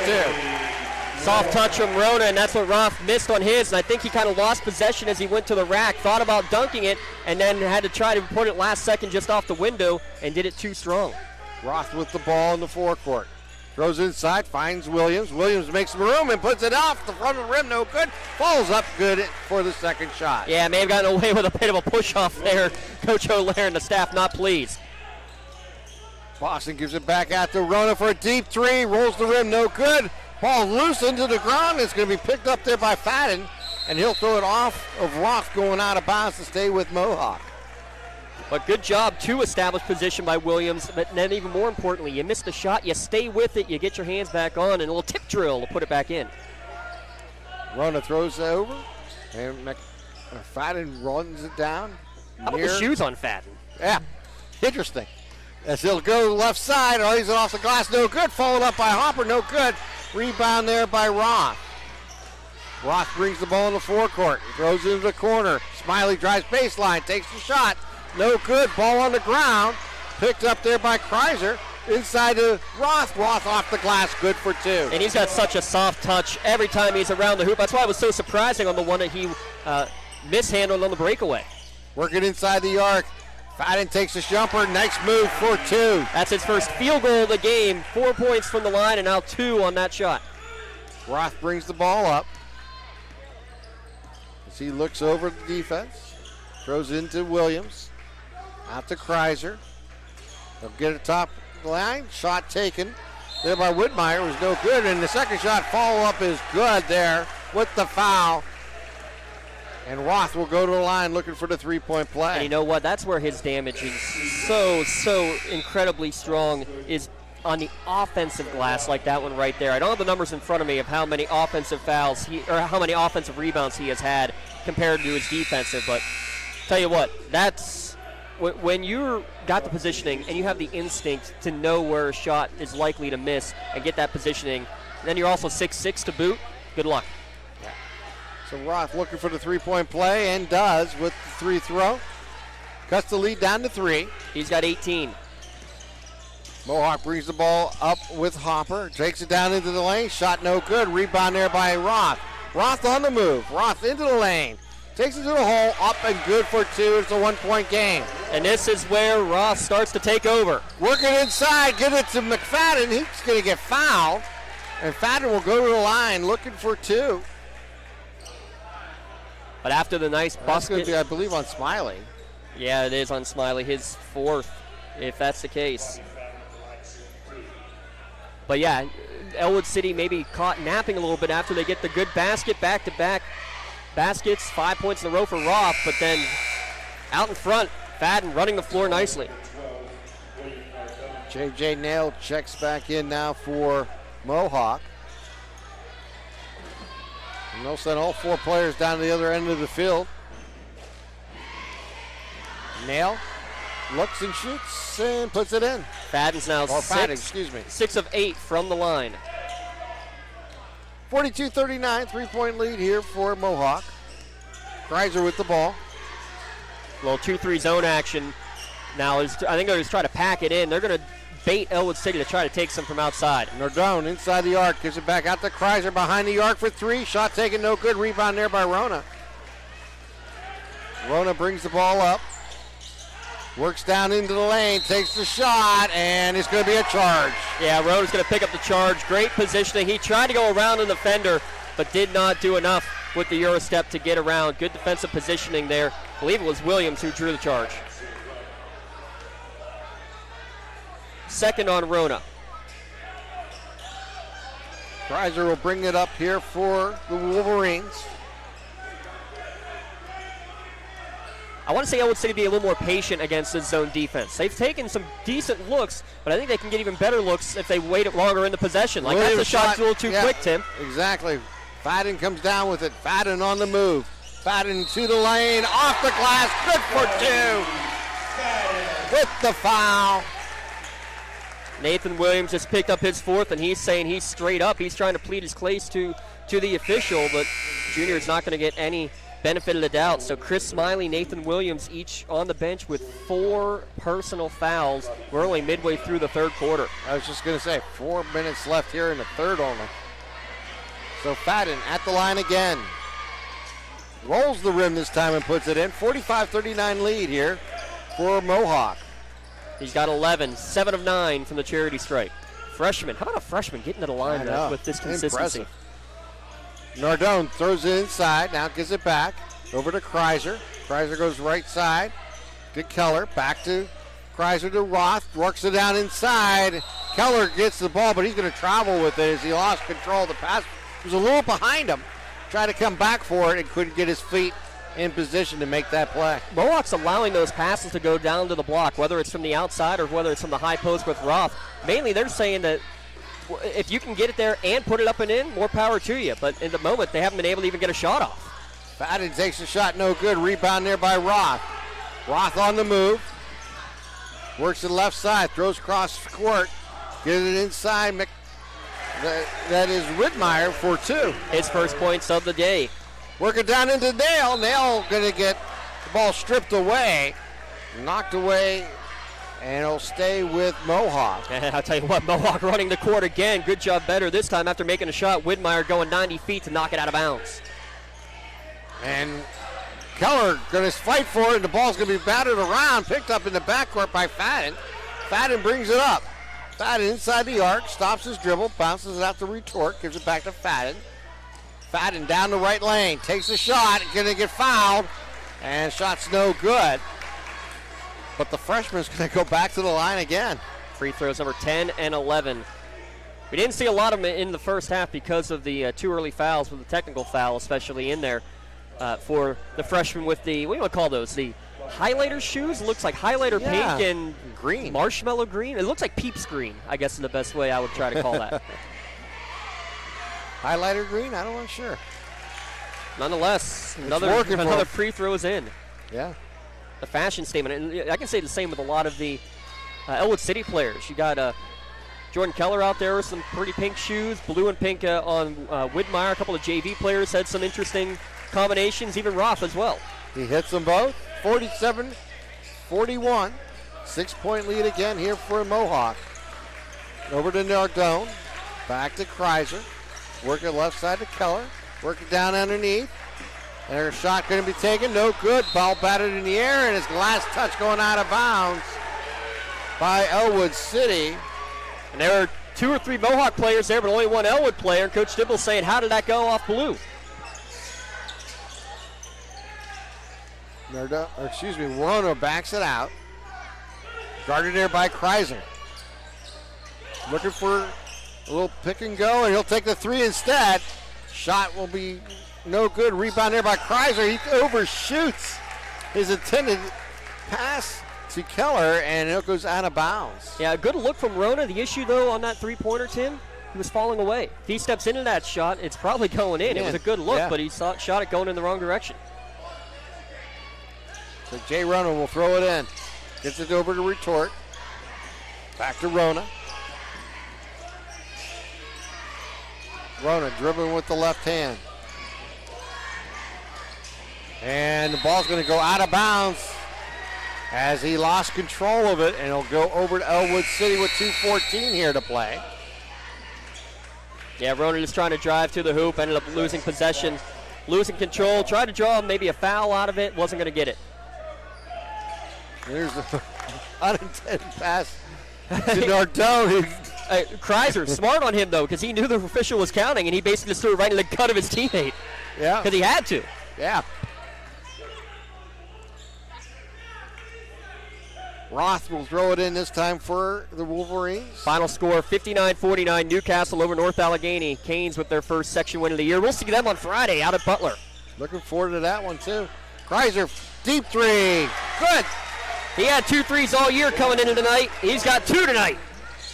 Hopper throws it out to retort. They're going to be stolen away by Keller. Keller down the right lane, off the glass, good for 2. Mark that one down, the three-pointer, then the steal and score. 5 points in about 6 seconds, cuts it to a 1-point game. Rona brings the ball up, bounces in the corner, Boston for 3. He answers right back with a 3. I'll mark that one down as a Maley Chiropractic nominee as well. The comeback three-pointer for Boston. Kreiser gets it over to Keller. Keller has the ball, going to knock away by retort. Retort takes the little hole off the glass with the right hand. Good for 2. And his first 2 points, and yes, the back-to-backs, some Haley Chiropractic Play of the Game nominees. Impressive. 52-46. Mohawk with the lead. Just over a minute here to play in the quarter. Keller goes left side to Roth. Back to Keller. Deep 3. Back of the rim. No good. Crashing the offensive board and traveling on that rebound was Widmeyer. Yeah, it's a tough luck one because he's the one who skies up for it, but in the process of going for it, he's not jumping straight up, he's jumping into people. That's why you can't give a foul either way and gets the legs tripped up. We have I think someone's being ejected. Yep. Somebody behind the Ellwood City bench is getting the escort out of the stadium. Said something a little too loudly, and the officials are not going to deal with that. We already have an official shortage. Please, if you're out there and you think you can do better, please go to PIAA.org, PIAA.org, and sign up to be an official. Trust me, we need them. Especially when it comes to the spring season, baseball and softball season, we're going to be in desperate need in the area of officials. So please, sign up. We get some pressure here from Ellwood City. Fighting with the ball across the timeline. Drumming with the ball. Fadden. Hands it off. Gives it to Nail. Nail. And Mohawk's going to try to 3-man weave this final 45 seconds off the clock. Already taken 20 off, and we're going to get a timeout. As Coach O'Lear, he saw the 5-second clock coming, so we will have another Pontius Insurance timeout, the first one taken by Mohawk. 24 seconds remaining here, Tim. 52-46. Mohawk with the lead. Guess that's a chance to remind you that coming up after this game, Tim, we have to come up with our Maley Chiropractic Play of the Game nominee. Maley Chiropractic currently hiring. Email your resume to maleychiro@gmail.com or drop it off at their office right across from KCK in the Shannock Township. Seasonal allergies, changes in weather, they can all change how you feel on a daily basis. I'll tell you what else can change how you're feeling right about now. That darn bleacher back. We're feeling it right now. We're only in the start of hoop season. Go get yourself adjusted at Maley Chiropractic. There's nothing like a good pop in the back. There's no question about it.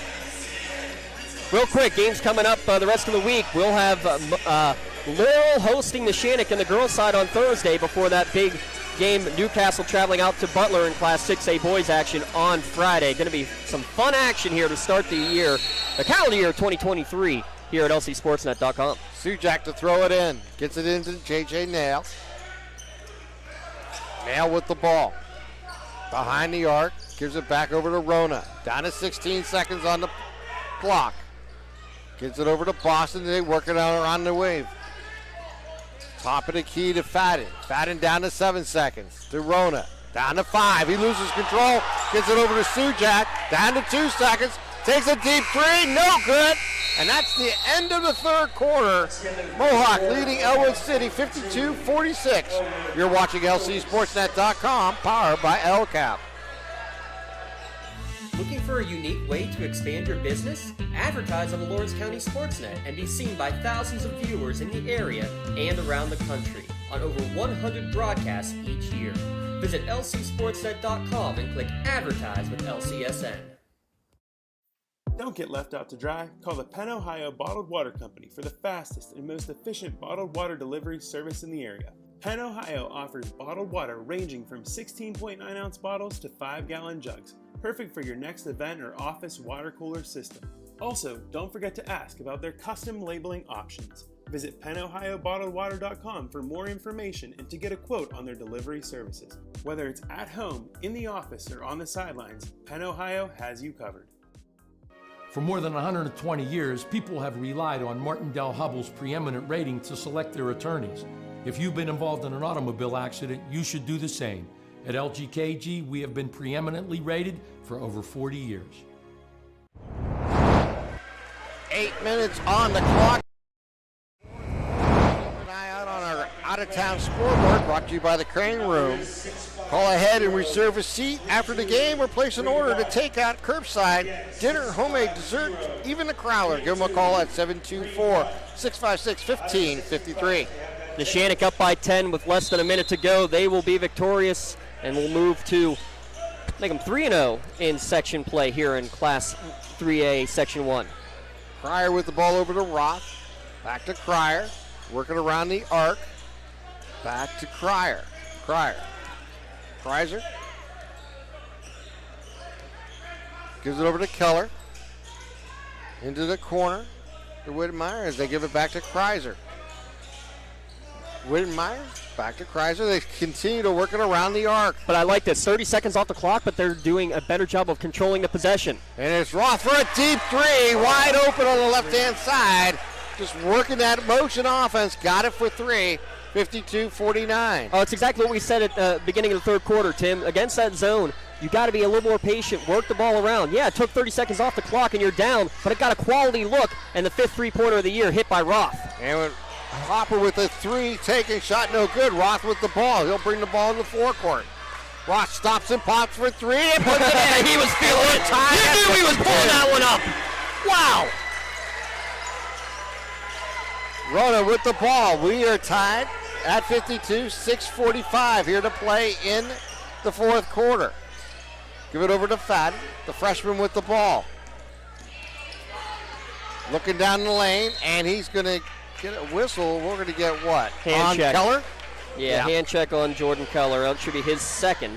A team 6. This is the first time we've been tied since about the 6-minute mark of the second quarter. And we are now in the bonus here for Mohawk as they will go to the line the rest of the game. Oh, apologies. That is the bonus, the 7th foul. So health and motion physical therapy free throw line is where Fadden will go. Fadden shot, back of the rim, no good. Rebound there by Kreiser.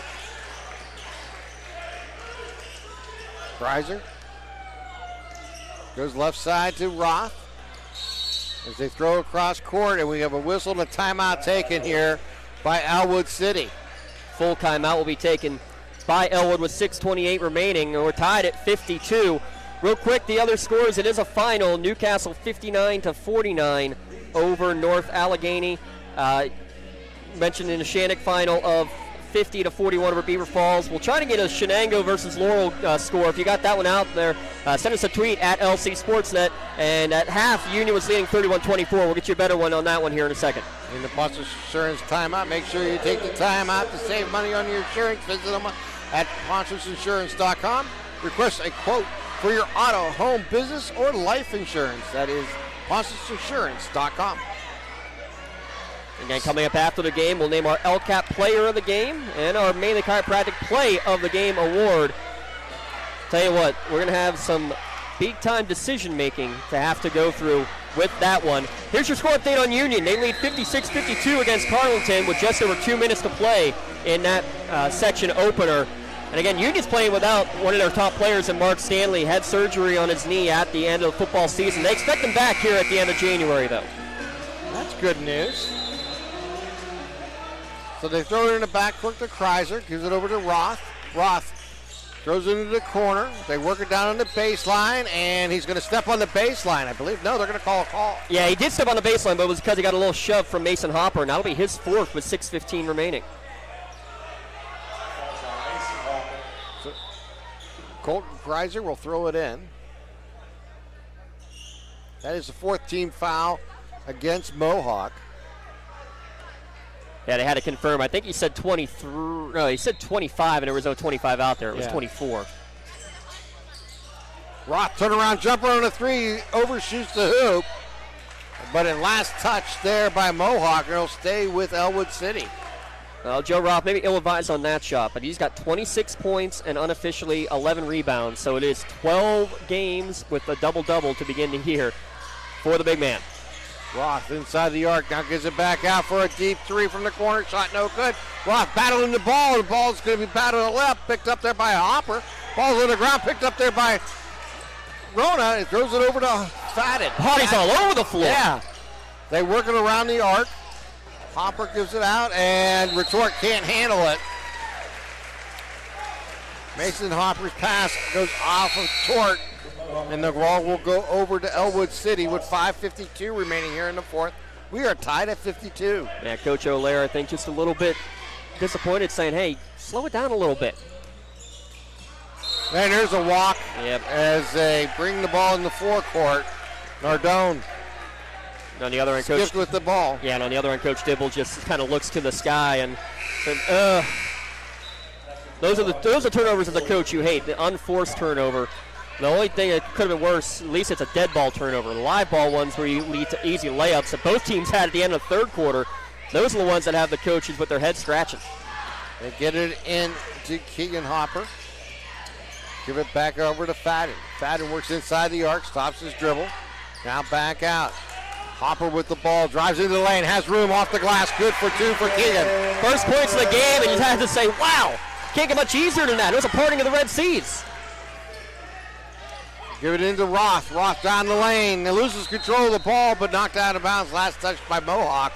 He'll stay with Ellwood City with 5:25 to play here in the fourth. Now we're going to have Verona, or Dante Retort, check back in. For Boston. Who's got the magic in them here, Tim, with 5:25 left? They get it into Roth. Bounce pass goes out to Wittenmeyer. Shout out Mason McKinley. Thank you, sir. 69-24, Shenango, big win over Laurel. Kreiser with the ball. Throw in the corner, gives it to Keller. Keller drives baseline, pulls up jumper. Little lighter, goes up and in. His first points. How about that? Yeah, we're tied up 54. They bring the ball in, and it's going to be Fadden. Takes it to the hole, shot no good. Rebound there by Roth. Roth on the move. Roth down the left lane, has the ball going to be knocked away, but they're going to get Fadden on the foul. Yeah, Fadden's at least going to make him earn it. It'll be on the floor, too, but Roth does the job defensively there because he didn't get the block, but he altered the shot against the freshman. He had to really loft it up a high off the glass and just couldn't do it. They get it into Roth. Roth off the glass, good for two. And the first lead in a while here for Ellwood City. 56-54. Now Keegan Hopper did a good job of screening off of Roth for a while on that play, but only 4 of the 5 seconds before he could. Deep three by Fadden. Shot no good. Ball on the ground picked up there by Ellwood City. Nardone with the rebound gives it out to Roth. Unofficially 4 of 20 for Mohawk from beyond the arc. You live by the 3, you die by the 3. They certainly don't live by the 3, but they take it a decent amount for sure. They've all been pretty good looks. They're just not all falling tonight, and that's why we now have Ellwood City with their first lead since late in the first quarter. Kreiser gives it back to Roth on the left wing. Throw inside in Nardone. Pass going to be intercepted there by Rona. Gets it out to Fadden. Bounce pass to Retort off the glass. Rolls the rim and in. Great job again. Quick to get rid of it, to get it high off the glass before Roth could get up there to swat it away. And the ball going to be knocked away there by Keegan Hopper. They'll stay with Ellwood City. 3:48 remaining here in the fourth. We're tied at 56. And this Section 1 3A matchup between Mohawk and Ellwood City. Yeah, first basket of the second quarter. It's the last time Ellwood City held the lead. That was 17-16. Get the ball up. There's Kreiser with the ball. Kreiser dribbling with the right hand. Gives it over to Keller. Back to Kreiser. Works it to Widmeyer. Work it back to Widmeyer. Back to Kreiser. Again, patience. I like this. Patience. Work the ball around. Just trying to get it out to Roth for a turnaround jumper. Shot no good. Rebound there by Rona. Rona brings the ball up. He's going to put up a deep through front of the rim. No good.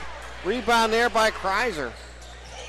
Again, an ill-advised shot early in the possession. Now down to 3 minutes left. And that leads to the fourth foul against Fadden with 3 minutes remaining.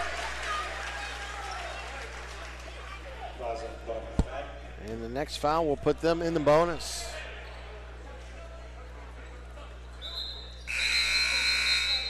Now sub's going to come Smiley back will in. come in for Keller. Yeah, he's been out since about the 5-minute mark of the third quarter with 4 fouls. He's only got 1 point. You're going to see, I think, a good call here. Offense, defense, pull Fadden out. with those 4 personals. He's got 13, 9 of them coming from the line. Roth with the ball. Gives it over to Kreiser. Kreiser has room in the paint, pulls it back out. Gives it over to Roth. Roth stops his dribble, throws cross court to Widmeyer. Into the corner. Smiley for 3. Good! Extra pass from Widmeyer. Pass up a good shot for a great shot. Rona takes it inside. Blocked by Roth. Going out of bounds. He'll stay with Mohawk. Timeout, Mohawk as well. Yeah, Joseph Roth, you can see him getting fired up here with 2:34 to play. And Ellwood City with a 3-point lead. It is a 30-second Pontius Insurance timeout. Tell you what, though, again, you got to talk about plays in the game. We've had so many opportunities for him, but that's just great heads up, and that's why you have patience against the zone, Tim, because over the course of a 20, 30-second possession, the defense starts to wear down a little bit. You get a great skip pass to get it to Widmeyer, a pretty good look that he could have taken, but the defense draws to him, the extra pass to the corner, where Smiley's just waiting for it and drains it with the left hand. 3-point lead here for the Wolverines. Again, shout out Hannah Bowen, Rachel Bowen helping out here. Great game we've had. Mohawks led most of the second and third and into the fourth quarter, but Ellwood City, 2 big threes from Joe Roth to start the quarter, but none bigger than Chris Smiley right there to give Ellwood the 3-point lead on the road. So Nail throws it in, gets it into Fadden. Back up to Nail. Throw over to on his knees, and he handles it well. Gets it back to Nail. Drives into the lane. Lays it up. Good for 2. Nice play there by J.J. Nail and Jay Rona working together. Yeah, Rona, the quarterback from the knees, starts the dribble, knows he can get up, just heads up play, an athletic play. Now he gets the steal. And he gets fouled from behind by Nathan Williams, and that's a 1-and-1 opportunity here for Mohawk. And also with 2:10 remaining, that's the 5th foul against Nathan Williams. So bonus free throws coming up. It's the 8th foul against Ellwood City. Bonus free throws brought to you by Health and Motion Physical Therapy. Mike Mirko, local graduate, he knows that quality one-on-one time with patients is what you deserve. He hopes to limit exposure to pain medication. Physical therapy is a powerful alternative to that. First shot rolls the rim and falls in. So he'll get the second shot, and we're tied at 59. Rona with a team-high 18 points. 75% shooter on the year, and at 18 points matching his season average. 2 minutes, 10 seconds remaining here in the fourth. Second shot gives the lead to the Warriors. What a game. And the Hoppers will check back in as Nail and Boston will take a seat. Kreiser with the ball over to Roth. In the backcourt is Kreiser. Some pressure shown, give it to Roth as he crosses the timeline. He's trapped there. Turnaround jumper. Smiley all by himself. Takes it to the hole, up and good for 2. And that's why 6'6" Roth can run the point. A little jump pass where he skies over everybody, and he can see the open player. And that's just a butterfly stroke on the court for the pass. Hopper to Hopper as he drives inside. Gets it underneath the retort. Can't handle it, and Roth comes away with it. As Ellwood brings it up here with minute 35. Now, Coach on the other end, Coach Dibble saying spread it out, slow it down. 90 seconds remaining. They're going to force Mohawk to have to come out and see how much time they can waste. They find Roth as a cutter, and he takes it to the hole. He's fouled. Great cut and a great find. And now Roth will go to the free throw line. This will be free throw attempts 9 and 10 on the night. We got a line change ready to come in from Mohawk after this first free throw too.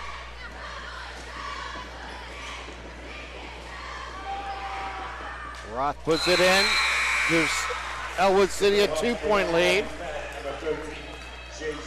Boston Nail and Sujak return. 29 points, 12 rebounds.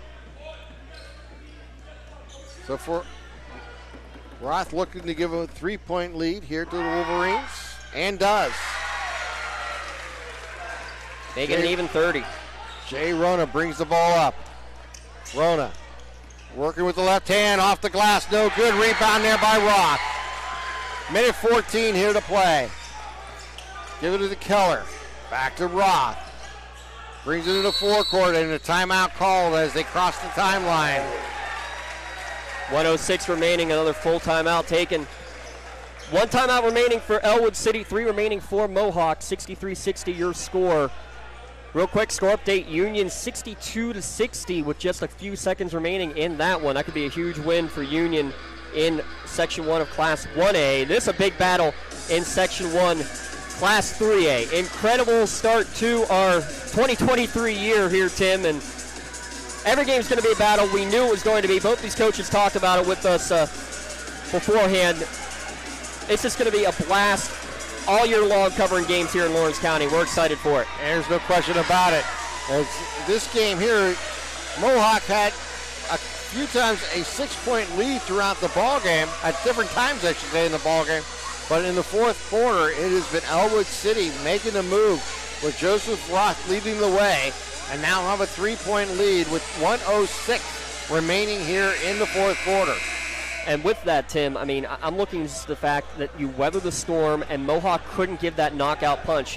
And part of that on both ends, as I'm going to laugh about the music in a minute. The fact is, Ellwood City's been in these clutch moments over the last 2 or 3 seasons. Mohawk, this is new for them. They haven't had a winning season since 2009. They're maybe not used to it. As Tommy Trumpet going along, got to give a shout out to the baseball man. Head coach Mariano is the one working the loudspeaker, and a great choice right now, trying to get the Mohawk faithful to their feet and try to get a big steal on defense. Kreiser gets the inbound pass, and he didn't get set across the timeline. Yeah, that's good. So even though Roth catches it in the front court, you need to establish yourself first in the front court when the pass comes from the front court. A mental turnover, and now Coach O'Lear is going to take his own full timeout. Yeah, good timeout here by Coach O'Lear. We'll see exactly how they handle it with 1:04 remaining, trailing by 3. So let's talk about that, Tim.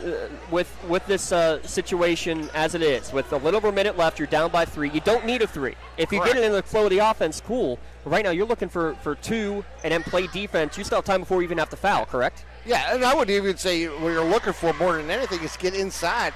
If you can get something in the paint, you may pick up the foul and go to the line shooting 2, or even better where you may able to convert the play and get to the line to tie the ball game type scenario. You want to get a chance to get your bodies in front and maybe try to keep Roth out of that middle. That's going to be the key here, to see how they can design a play maybe to draw Roth out where they can get something inside the paint. It's been a fun one tonight. Joe Roth, 30 points, 13 rebounds. Jay Rona with 19 for Mohawk. Bobby Fadden with 13 points to lead the way for the Warriors, but they're down by 3. It's Nail, Rona, Sujak, Fadden, and Boston on the court here for Mohawk. Rona backcourt to Rona. Rona with the ball, gives it up to Nail, works it over to Fadden. Fadden loses control, and Roth comes up with it. Roth on the move, down the lane. Roth to the hole with the bucket, good, and the foul. And that may be a play of the game nominee there, James. Making the steal, picking up that ball, going coast to coast, picking up the foul and putting the ball in the bucket. Incredible play.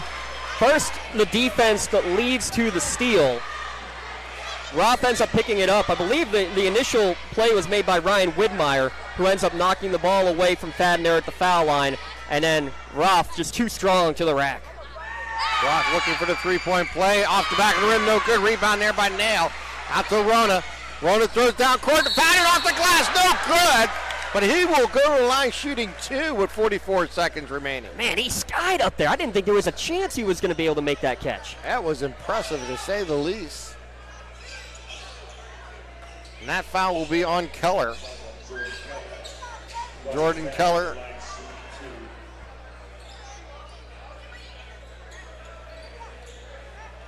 So Fadden, who's an excellent free throw shooter for a freshman, is at the line here for the Warriors. Looks and shoots and puts it in.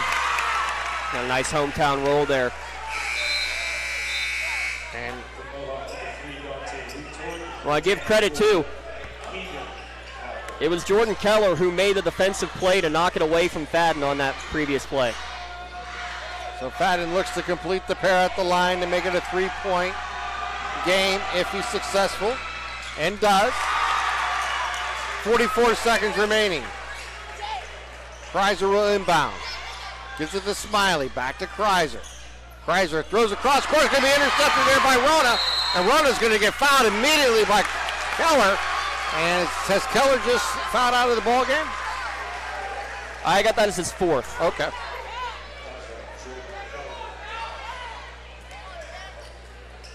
Team foul number 10, though, so it is the double bonus the rest of the way at the Health and Motion free throw line.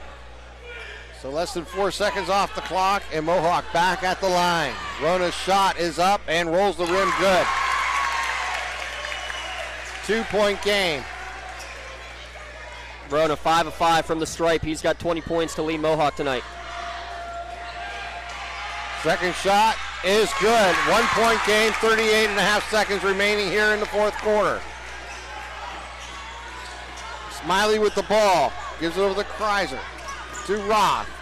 Roth will bring the ball in the forecourt. Roth guarded there by Hopper.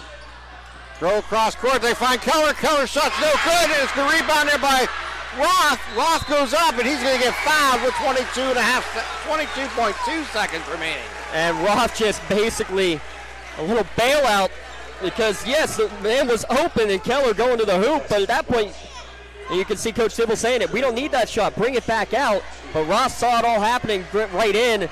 And again, the 6'6" man goes and makes the catch. This is a 2-shot foul.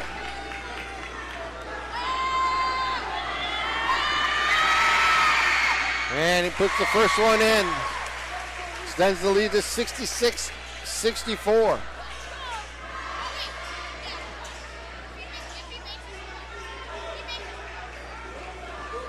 So Joe Roth looks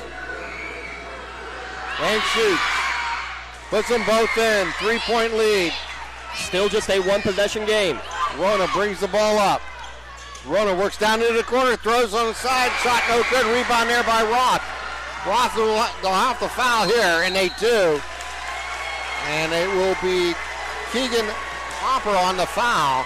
And Mohawk did everything exactly correctly. They got down the court quickly. They got a good look. The only thing that didn't go right for them, it just didn't go in. Roth gets another big rebound, his 15th of the day, and will walk down the court for a double bonus. So this for a 2-possession ball game. And he puts it in. 11 seconds remain here in the fourth. Sujak will check back in.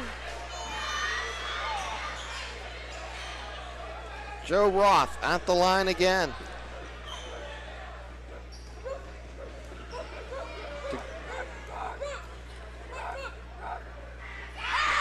Shoots and gives Ellwood City a 5-point lead, 69-64. And Ellwood City just took their final timeout. Makes total sense. Set it up, your defense. You know Mohawk has to go to the length of the court. And they can only stop the clock one time. No, they have 2 timeouts left, excuse me. So it's going to be important. Obviously, here's the scenario. You have to get across court, and you have to get your shot quickly, and hopefully make it and call a timeout, and then set up your defense if you're Mohawk. In the same vein, Ellwood City's just the opposite. You want to extend this play as long as you can. You're not really worried about them taking the shot because there's only 11 seconds left. Right, let the time go off. You know Mohawk's going to call timeout as soon as it goes in. They just need to go execute that first. And Ellwood City, you're fine with them making a basket, actually. Just contest it and take time off the clock, right? Exactly.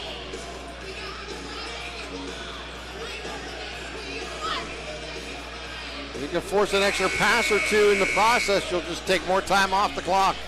Sujak standing in the corner. Out there with them, Rona, Boston, Retort, and triggering will be the freshman Bobby Fadden. They're going to do a double pass. Fadden brings the ball up.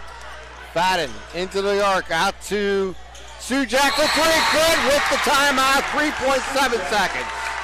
Sujak hit a three-pointer probably a minute and a half into this game. That's the first one he's hit since. It comes at a big time, the senior with some ice water to keep this game interesting. It does. They take off just a little over 7 seconds on the game clock. It's a 2-point game. Obviously, if they get the ball inbound, you're going to have to foul right away if you're Mohawk. You got to go for the steal. You got to go for the steal. They actually added a couple seconds back to the clock. Now 6 seconds remaining. I was going to say, it felt like it should have been a little bit more than that, but let's see. Oh, I'll tell you what, look at the replay. They gave him 2 extra seconds. It should be at 4.0, not 6.0. Wow. Now, actually, let me check. They may have started the clock early on the inbounds. That's the only thing I can figure. Tough to see from our camera angle. Yeah, I'm going to try to time it again myself. There was 11 seconds on the clock. Ellwood City comes onto the court. That's what it was. They started the clock early. The clock should not have started on the first pass. That's why they put the extra 2 seconds back on the clock. Good officiating to notice that. Yeah, and you mentioned a double pass. As they threw it behind the baseline. So 6 seconds left, gives you a little more time to go for that steal as well. Kreiser to throw it in for Ellwood City. They get it into Roth, and he'll be fouled immediately there by Hopper. Takes a second, 1.3 off the clock. So job done. Now Roth can ice the game here. Yeah. At the free throw line.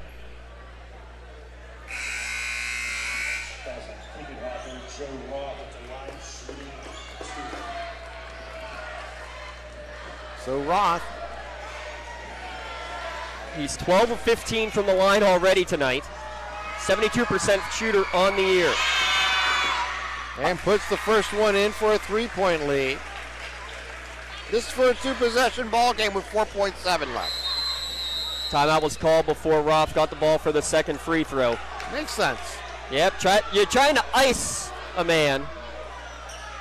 Yeah, and you want to set up your play coming out of this, either if he makes it or if he misses it. You know exactly what you're going to do. And Coach Dibble is upset because he's saying my player had the ball. Here's the issue. It's the official who is nearest the Mohawk bench who's the one who actually calls the timeout. Right. And what the question is, and I understand why they're upset. Like, Roth has the ball already. Well, the timeout is called for and granted by the official before he had the ball. So that's exactly, I can read the lips actually of our lead official over there saying exactly that. So 4.7 on the clock, Tim. 70-67. One free throw from Roth will basically ice the game. And he's got ice water in his veins. We're past the holiday season, but you can still probably call him. He was half of the Wet Bandits with his brother Alexander Roth. And I'll tell you what, tonight I got him at 37 points, 15 rebounds. An amazing performance here by Joe Roth. But it's not just him. No, it hasn't. And that's what was going to be the key. Who was going to get that secondary scoring? No one else in double figures, but Will Nardone, 9 points on the bench, off the bench all in the first half. 6 for Williams, 6 for Smiley, and big shots from Chris Smiley here in this fourth quarter. So here we go. 4.7 seconds. Joe Roth shooting the second of 2 from the line and a 3-point Ellwood City lead.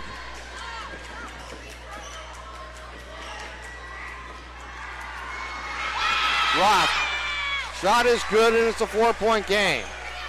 Get it to Fadden. Fadden brings it up. He'll throw up a deep 3. Off backboard, no good. Time expires and this game goes into the win column for Ellwood City. A comfort behind victory led by Joseph Roth. Again, this time with 38 points here tonight. A phenomenal job here for the Wolverines as they get back in the win column in the section, and they now move to 2-1 in the section while Mohawk falls to 1-1. And their first loss of the year from Mohawk at home. It's a tough one to swallow. They led through most of the game, but all credit to the Ellwood City Wolverines coming from behind, staying with it, even though they were trailing most of this game. They didn't panic. That's the championship mentality that they've had for the last 2 years, and Joe Roth put him on his back when he needed to, but he got some help from his friends at opportune times as well. Great game here tonight. Ellwood City coming out on top. All right, we'll start our Tri-County Principal post-game show right after this. You're watching lcsportsnet.com, powered by LCAP. In need of a lawyer? Contact Medore Bonner Law, a boutique firm offering tailored legal services and over 120 years legal experience. County residents with strong family ties to the community, Jason Medore and Michael Bonner, established Medore Bonner Law to provide clients with legal expertise and personal attention. Guided by their professional staff, you can feel confident your rights will be protected.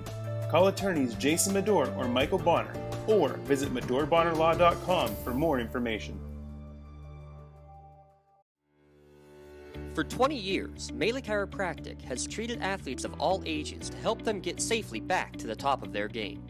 Melee Chiropractic has 3 full-time doctors in their office, and all 3 are former area athletes who have had to battle injuries throughout their careers. They want to help you get safely back on your feet. But more importantly, help stop the injuries before they happen. Prehab before you rehab. Attention all high school student athletes. During your sports season, a $25 visit to the Melee Chiropractic office includes an adjustment and/or all therapies necessary, from the athletes of tomorrow to the weekend warriors and everything in between. Let Melee Chiropractic keep you in the game.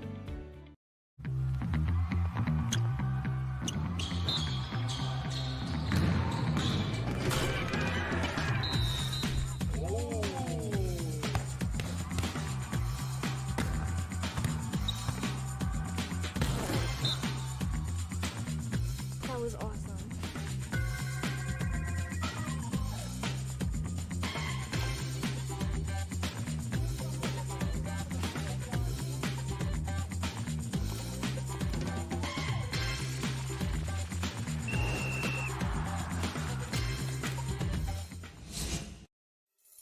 Having a safe and healthy home is not something to play games with, especially if your home was built before 1978. You may be exposed to extremely harmful lead-based paint hazards. If you're concerned about lead in your home, don't roll the dice on your family's safety. LCAP's Healthy Homes Lead Hazard Reduction Program is here to help you win the battle. Your family's health and safety is the goal. Contact the Department of Healthy Homes today.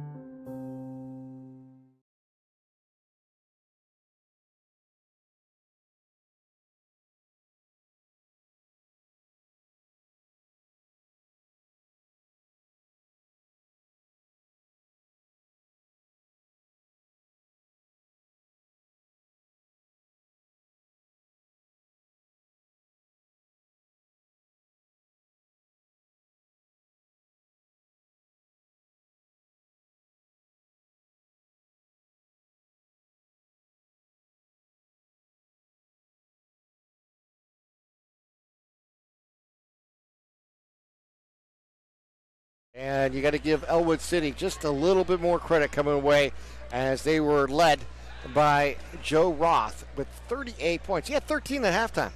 Yeah, 13 at halftime, so it's 25 points in the second half. 38 total, 15 rebounds for Joe Roth in this victory, 71-67. And I think the key of all of it, though, is not giving up. I was trying to see what the largest lead that I had down. I think it was 6 points.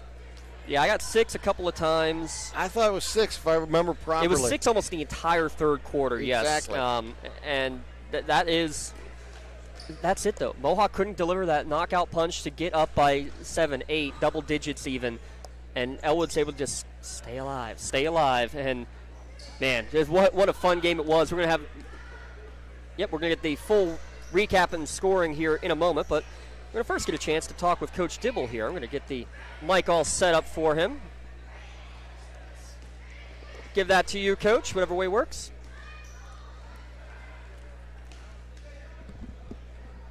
Yep, there. Yeah, there you go. Yeah, they flipped on you. Just there you go. There he is. Coach, you got me. Yeah, I got you. All right, Thank Coach, you. first, congrats on a hard-fought, well-executed game down the stretch, and you come out with a huge road victory here tonight. Just talk us about it. Yeah, thank you. It was a challenge for sure. Mohawk's a heck of a basketball team.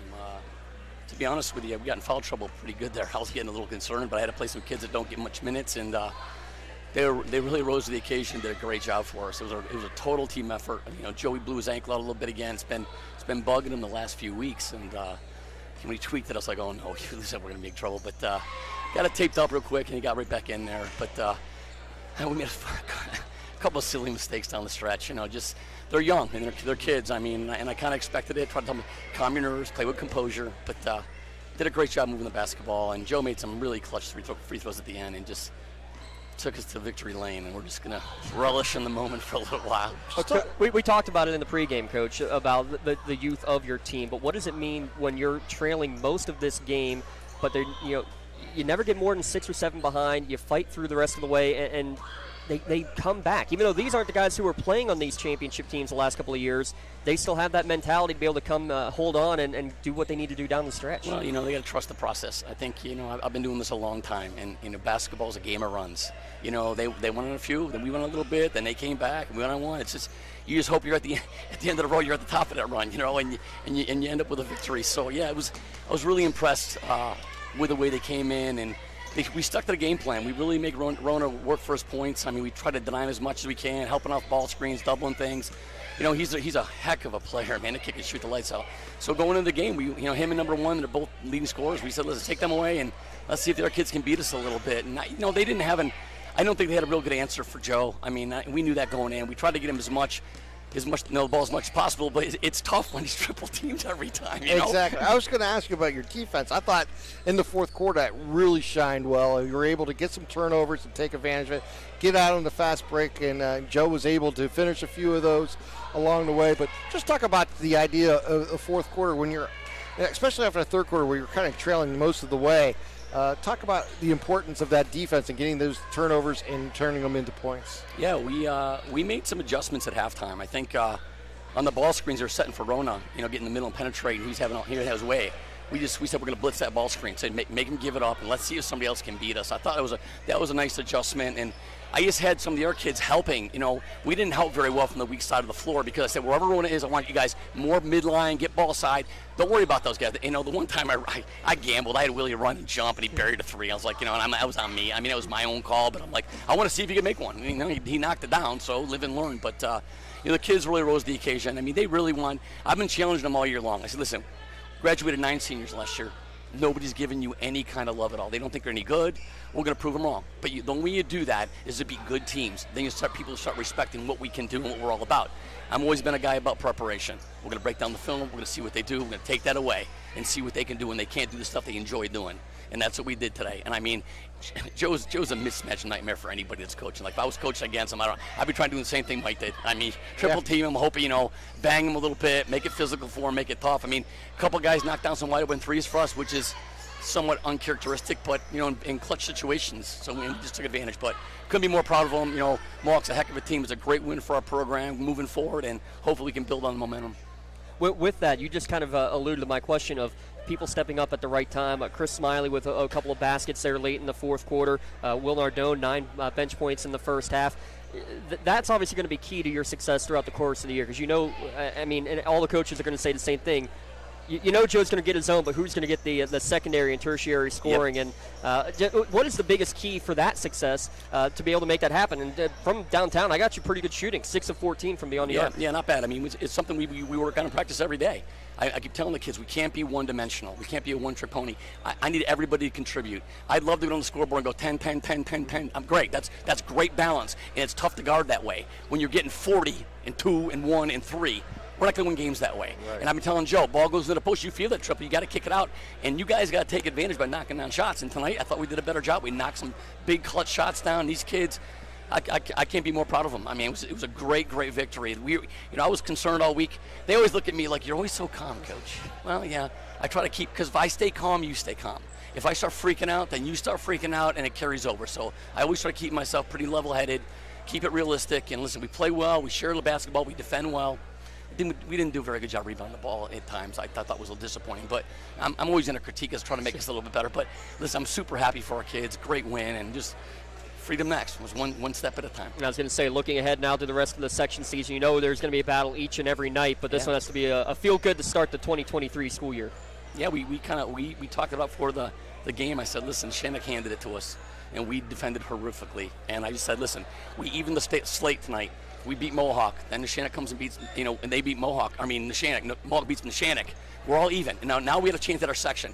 And as I've told my kids ever since I've been started coaching, it's like win the section, win the district, and get to the state. It's called the Triple Crown. We got none. So win's great, but we still haven't won anything. It's just a game. So.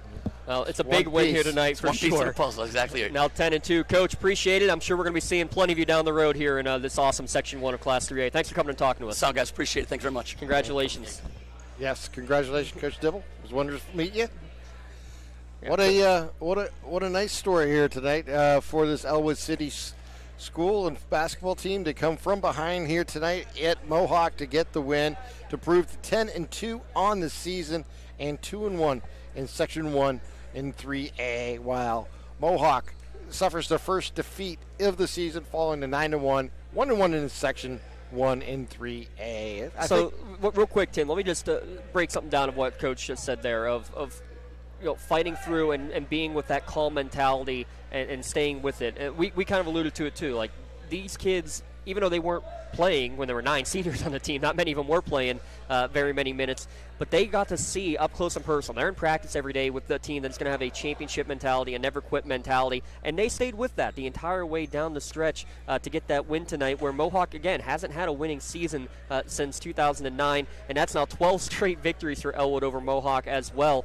But just my point is, if this game happens a month later, or if it's the exact same sort of scenario when these two teams do play a little bit more than a month later from now at Ellwood City, less than a month, on January 27th actually, it would not surprise me if the result is completely opposite, just because Mohawk's going to be in more of those close, tight games down the stretch that they just haven't had over the last couple of years. Main point is, this game was not won tonight as much as it was over the past 2-3 years. Oh, there's no question about that. It's setting your team up for success and building a program and putting you and saying, we've been here before, even though with different faces or different players, you can do it if you follow, like he said, the process. If you believe in the process and get yourself ready for that game and follow through with the game plan, we're going to put ourselves in position to win. And you got to give a lot of credit to Ellwood City, because they never gave up here tonight. They were trailing by 6 a few different times in this ball game, and here was a hungry team in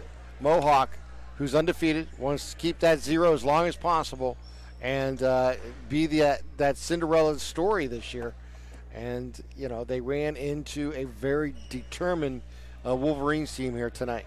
Let's get some quick scoring recap. Jay Rona leads with 21 points for Mohawk, 15 for Fadden, 11 of 14 from the line for Bobby Fadden. How about that? 10 points for David Sujak, 8 for J.J. Nail, 6 for Justin Boston, 4 for Dante Retort, and 2 for Keegan Hopper. The main number here, unofficially, 5 of 23 from beyond the arc. Just didn't hit enough of those outside shots. On the other end, what more can you say? Joe Roth, 38 points, 15 rebounds. Will Nardone, 9 points off the bench, 6 each for Nathan Williams, Chris Smiley, and Colton Kreiser, and 2 each for Jordan Keller and Ryan Widmeyer. Your final score again, 71-67 for Lincoln High School, Ellwood City Wolverines.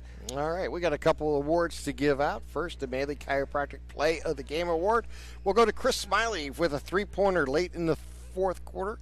With about 2:40 left to spark that come from behind victory here tonight for Ellwood City.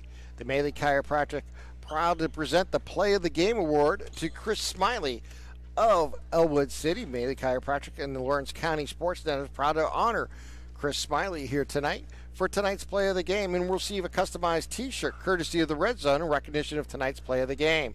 Videos of tonight's Play of the Game will be featured on the Trib Live High School Sports Network standout platform on Twitter or Instagram, and you can view tonight's Maley Chiropractic game, Play of the Game, and a full list of this year's top plays by going online to lcsportsnet.com and click on Play of the Game. Congratulations again to Chris Smiley of Ellwood City for tonight's Maley Chiropractic Play of the Game. And with that, give credit to Ryan Widmeyer, who had the extra pass to set up that three, but it was that three-pointer and the two-pointer shortly after there for Chris Smiley. No, it's not the flashiest play of the night. By far it was not, but it was, I think, the game momentum changer that was really needed, that you got that outside scoring, something coming up other than what Joe Roth was providing, and he provided plenty, especially down the stretch, hitting a bunch of free throws. I got him going 9 of 10 from the line in the final minute 20 seconds, and that's why he is our LCAP Player of the Game award. The Lawrence County Community Action Partnership proud to present Joe Roth of Ellwood City with tonight's Player of the Game, LCAP Player of the Game award. 38 points and 15 rebounds for Joe Roth. He has received his customized t-shirt courtesy of the Red Zone in recognition of tonight's Player of the Game award. And you can view the full list of players of the game as well by going to lcsportsnet.com. Click on Player of the Game. Congratulations, Joe Roth, for tonight's Player of the Game award. LCAP is changing lives. 71-67 your final.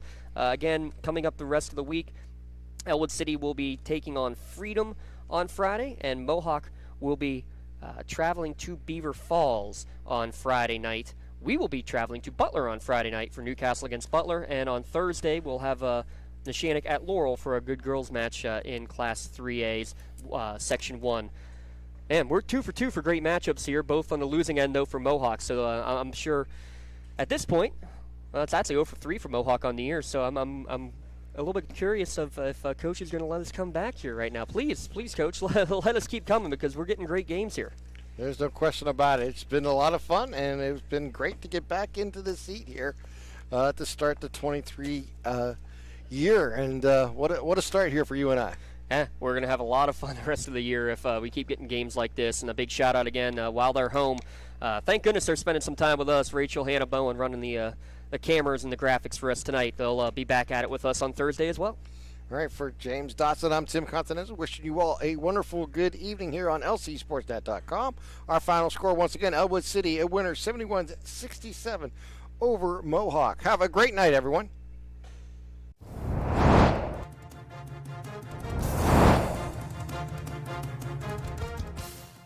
Your voice for Lawrence County sports. The gold ball headed home to Newcastle. This is the Lawrence County SportsNet.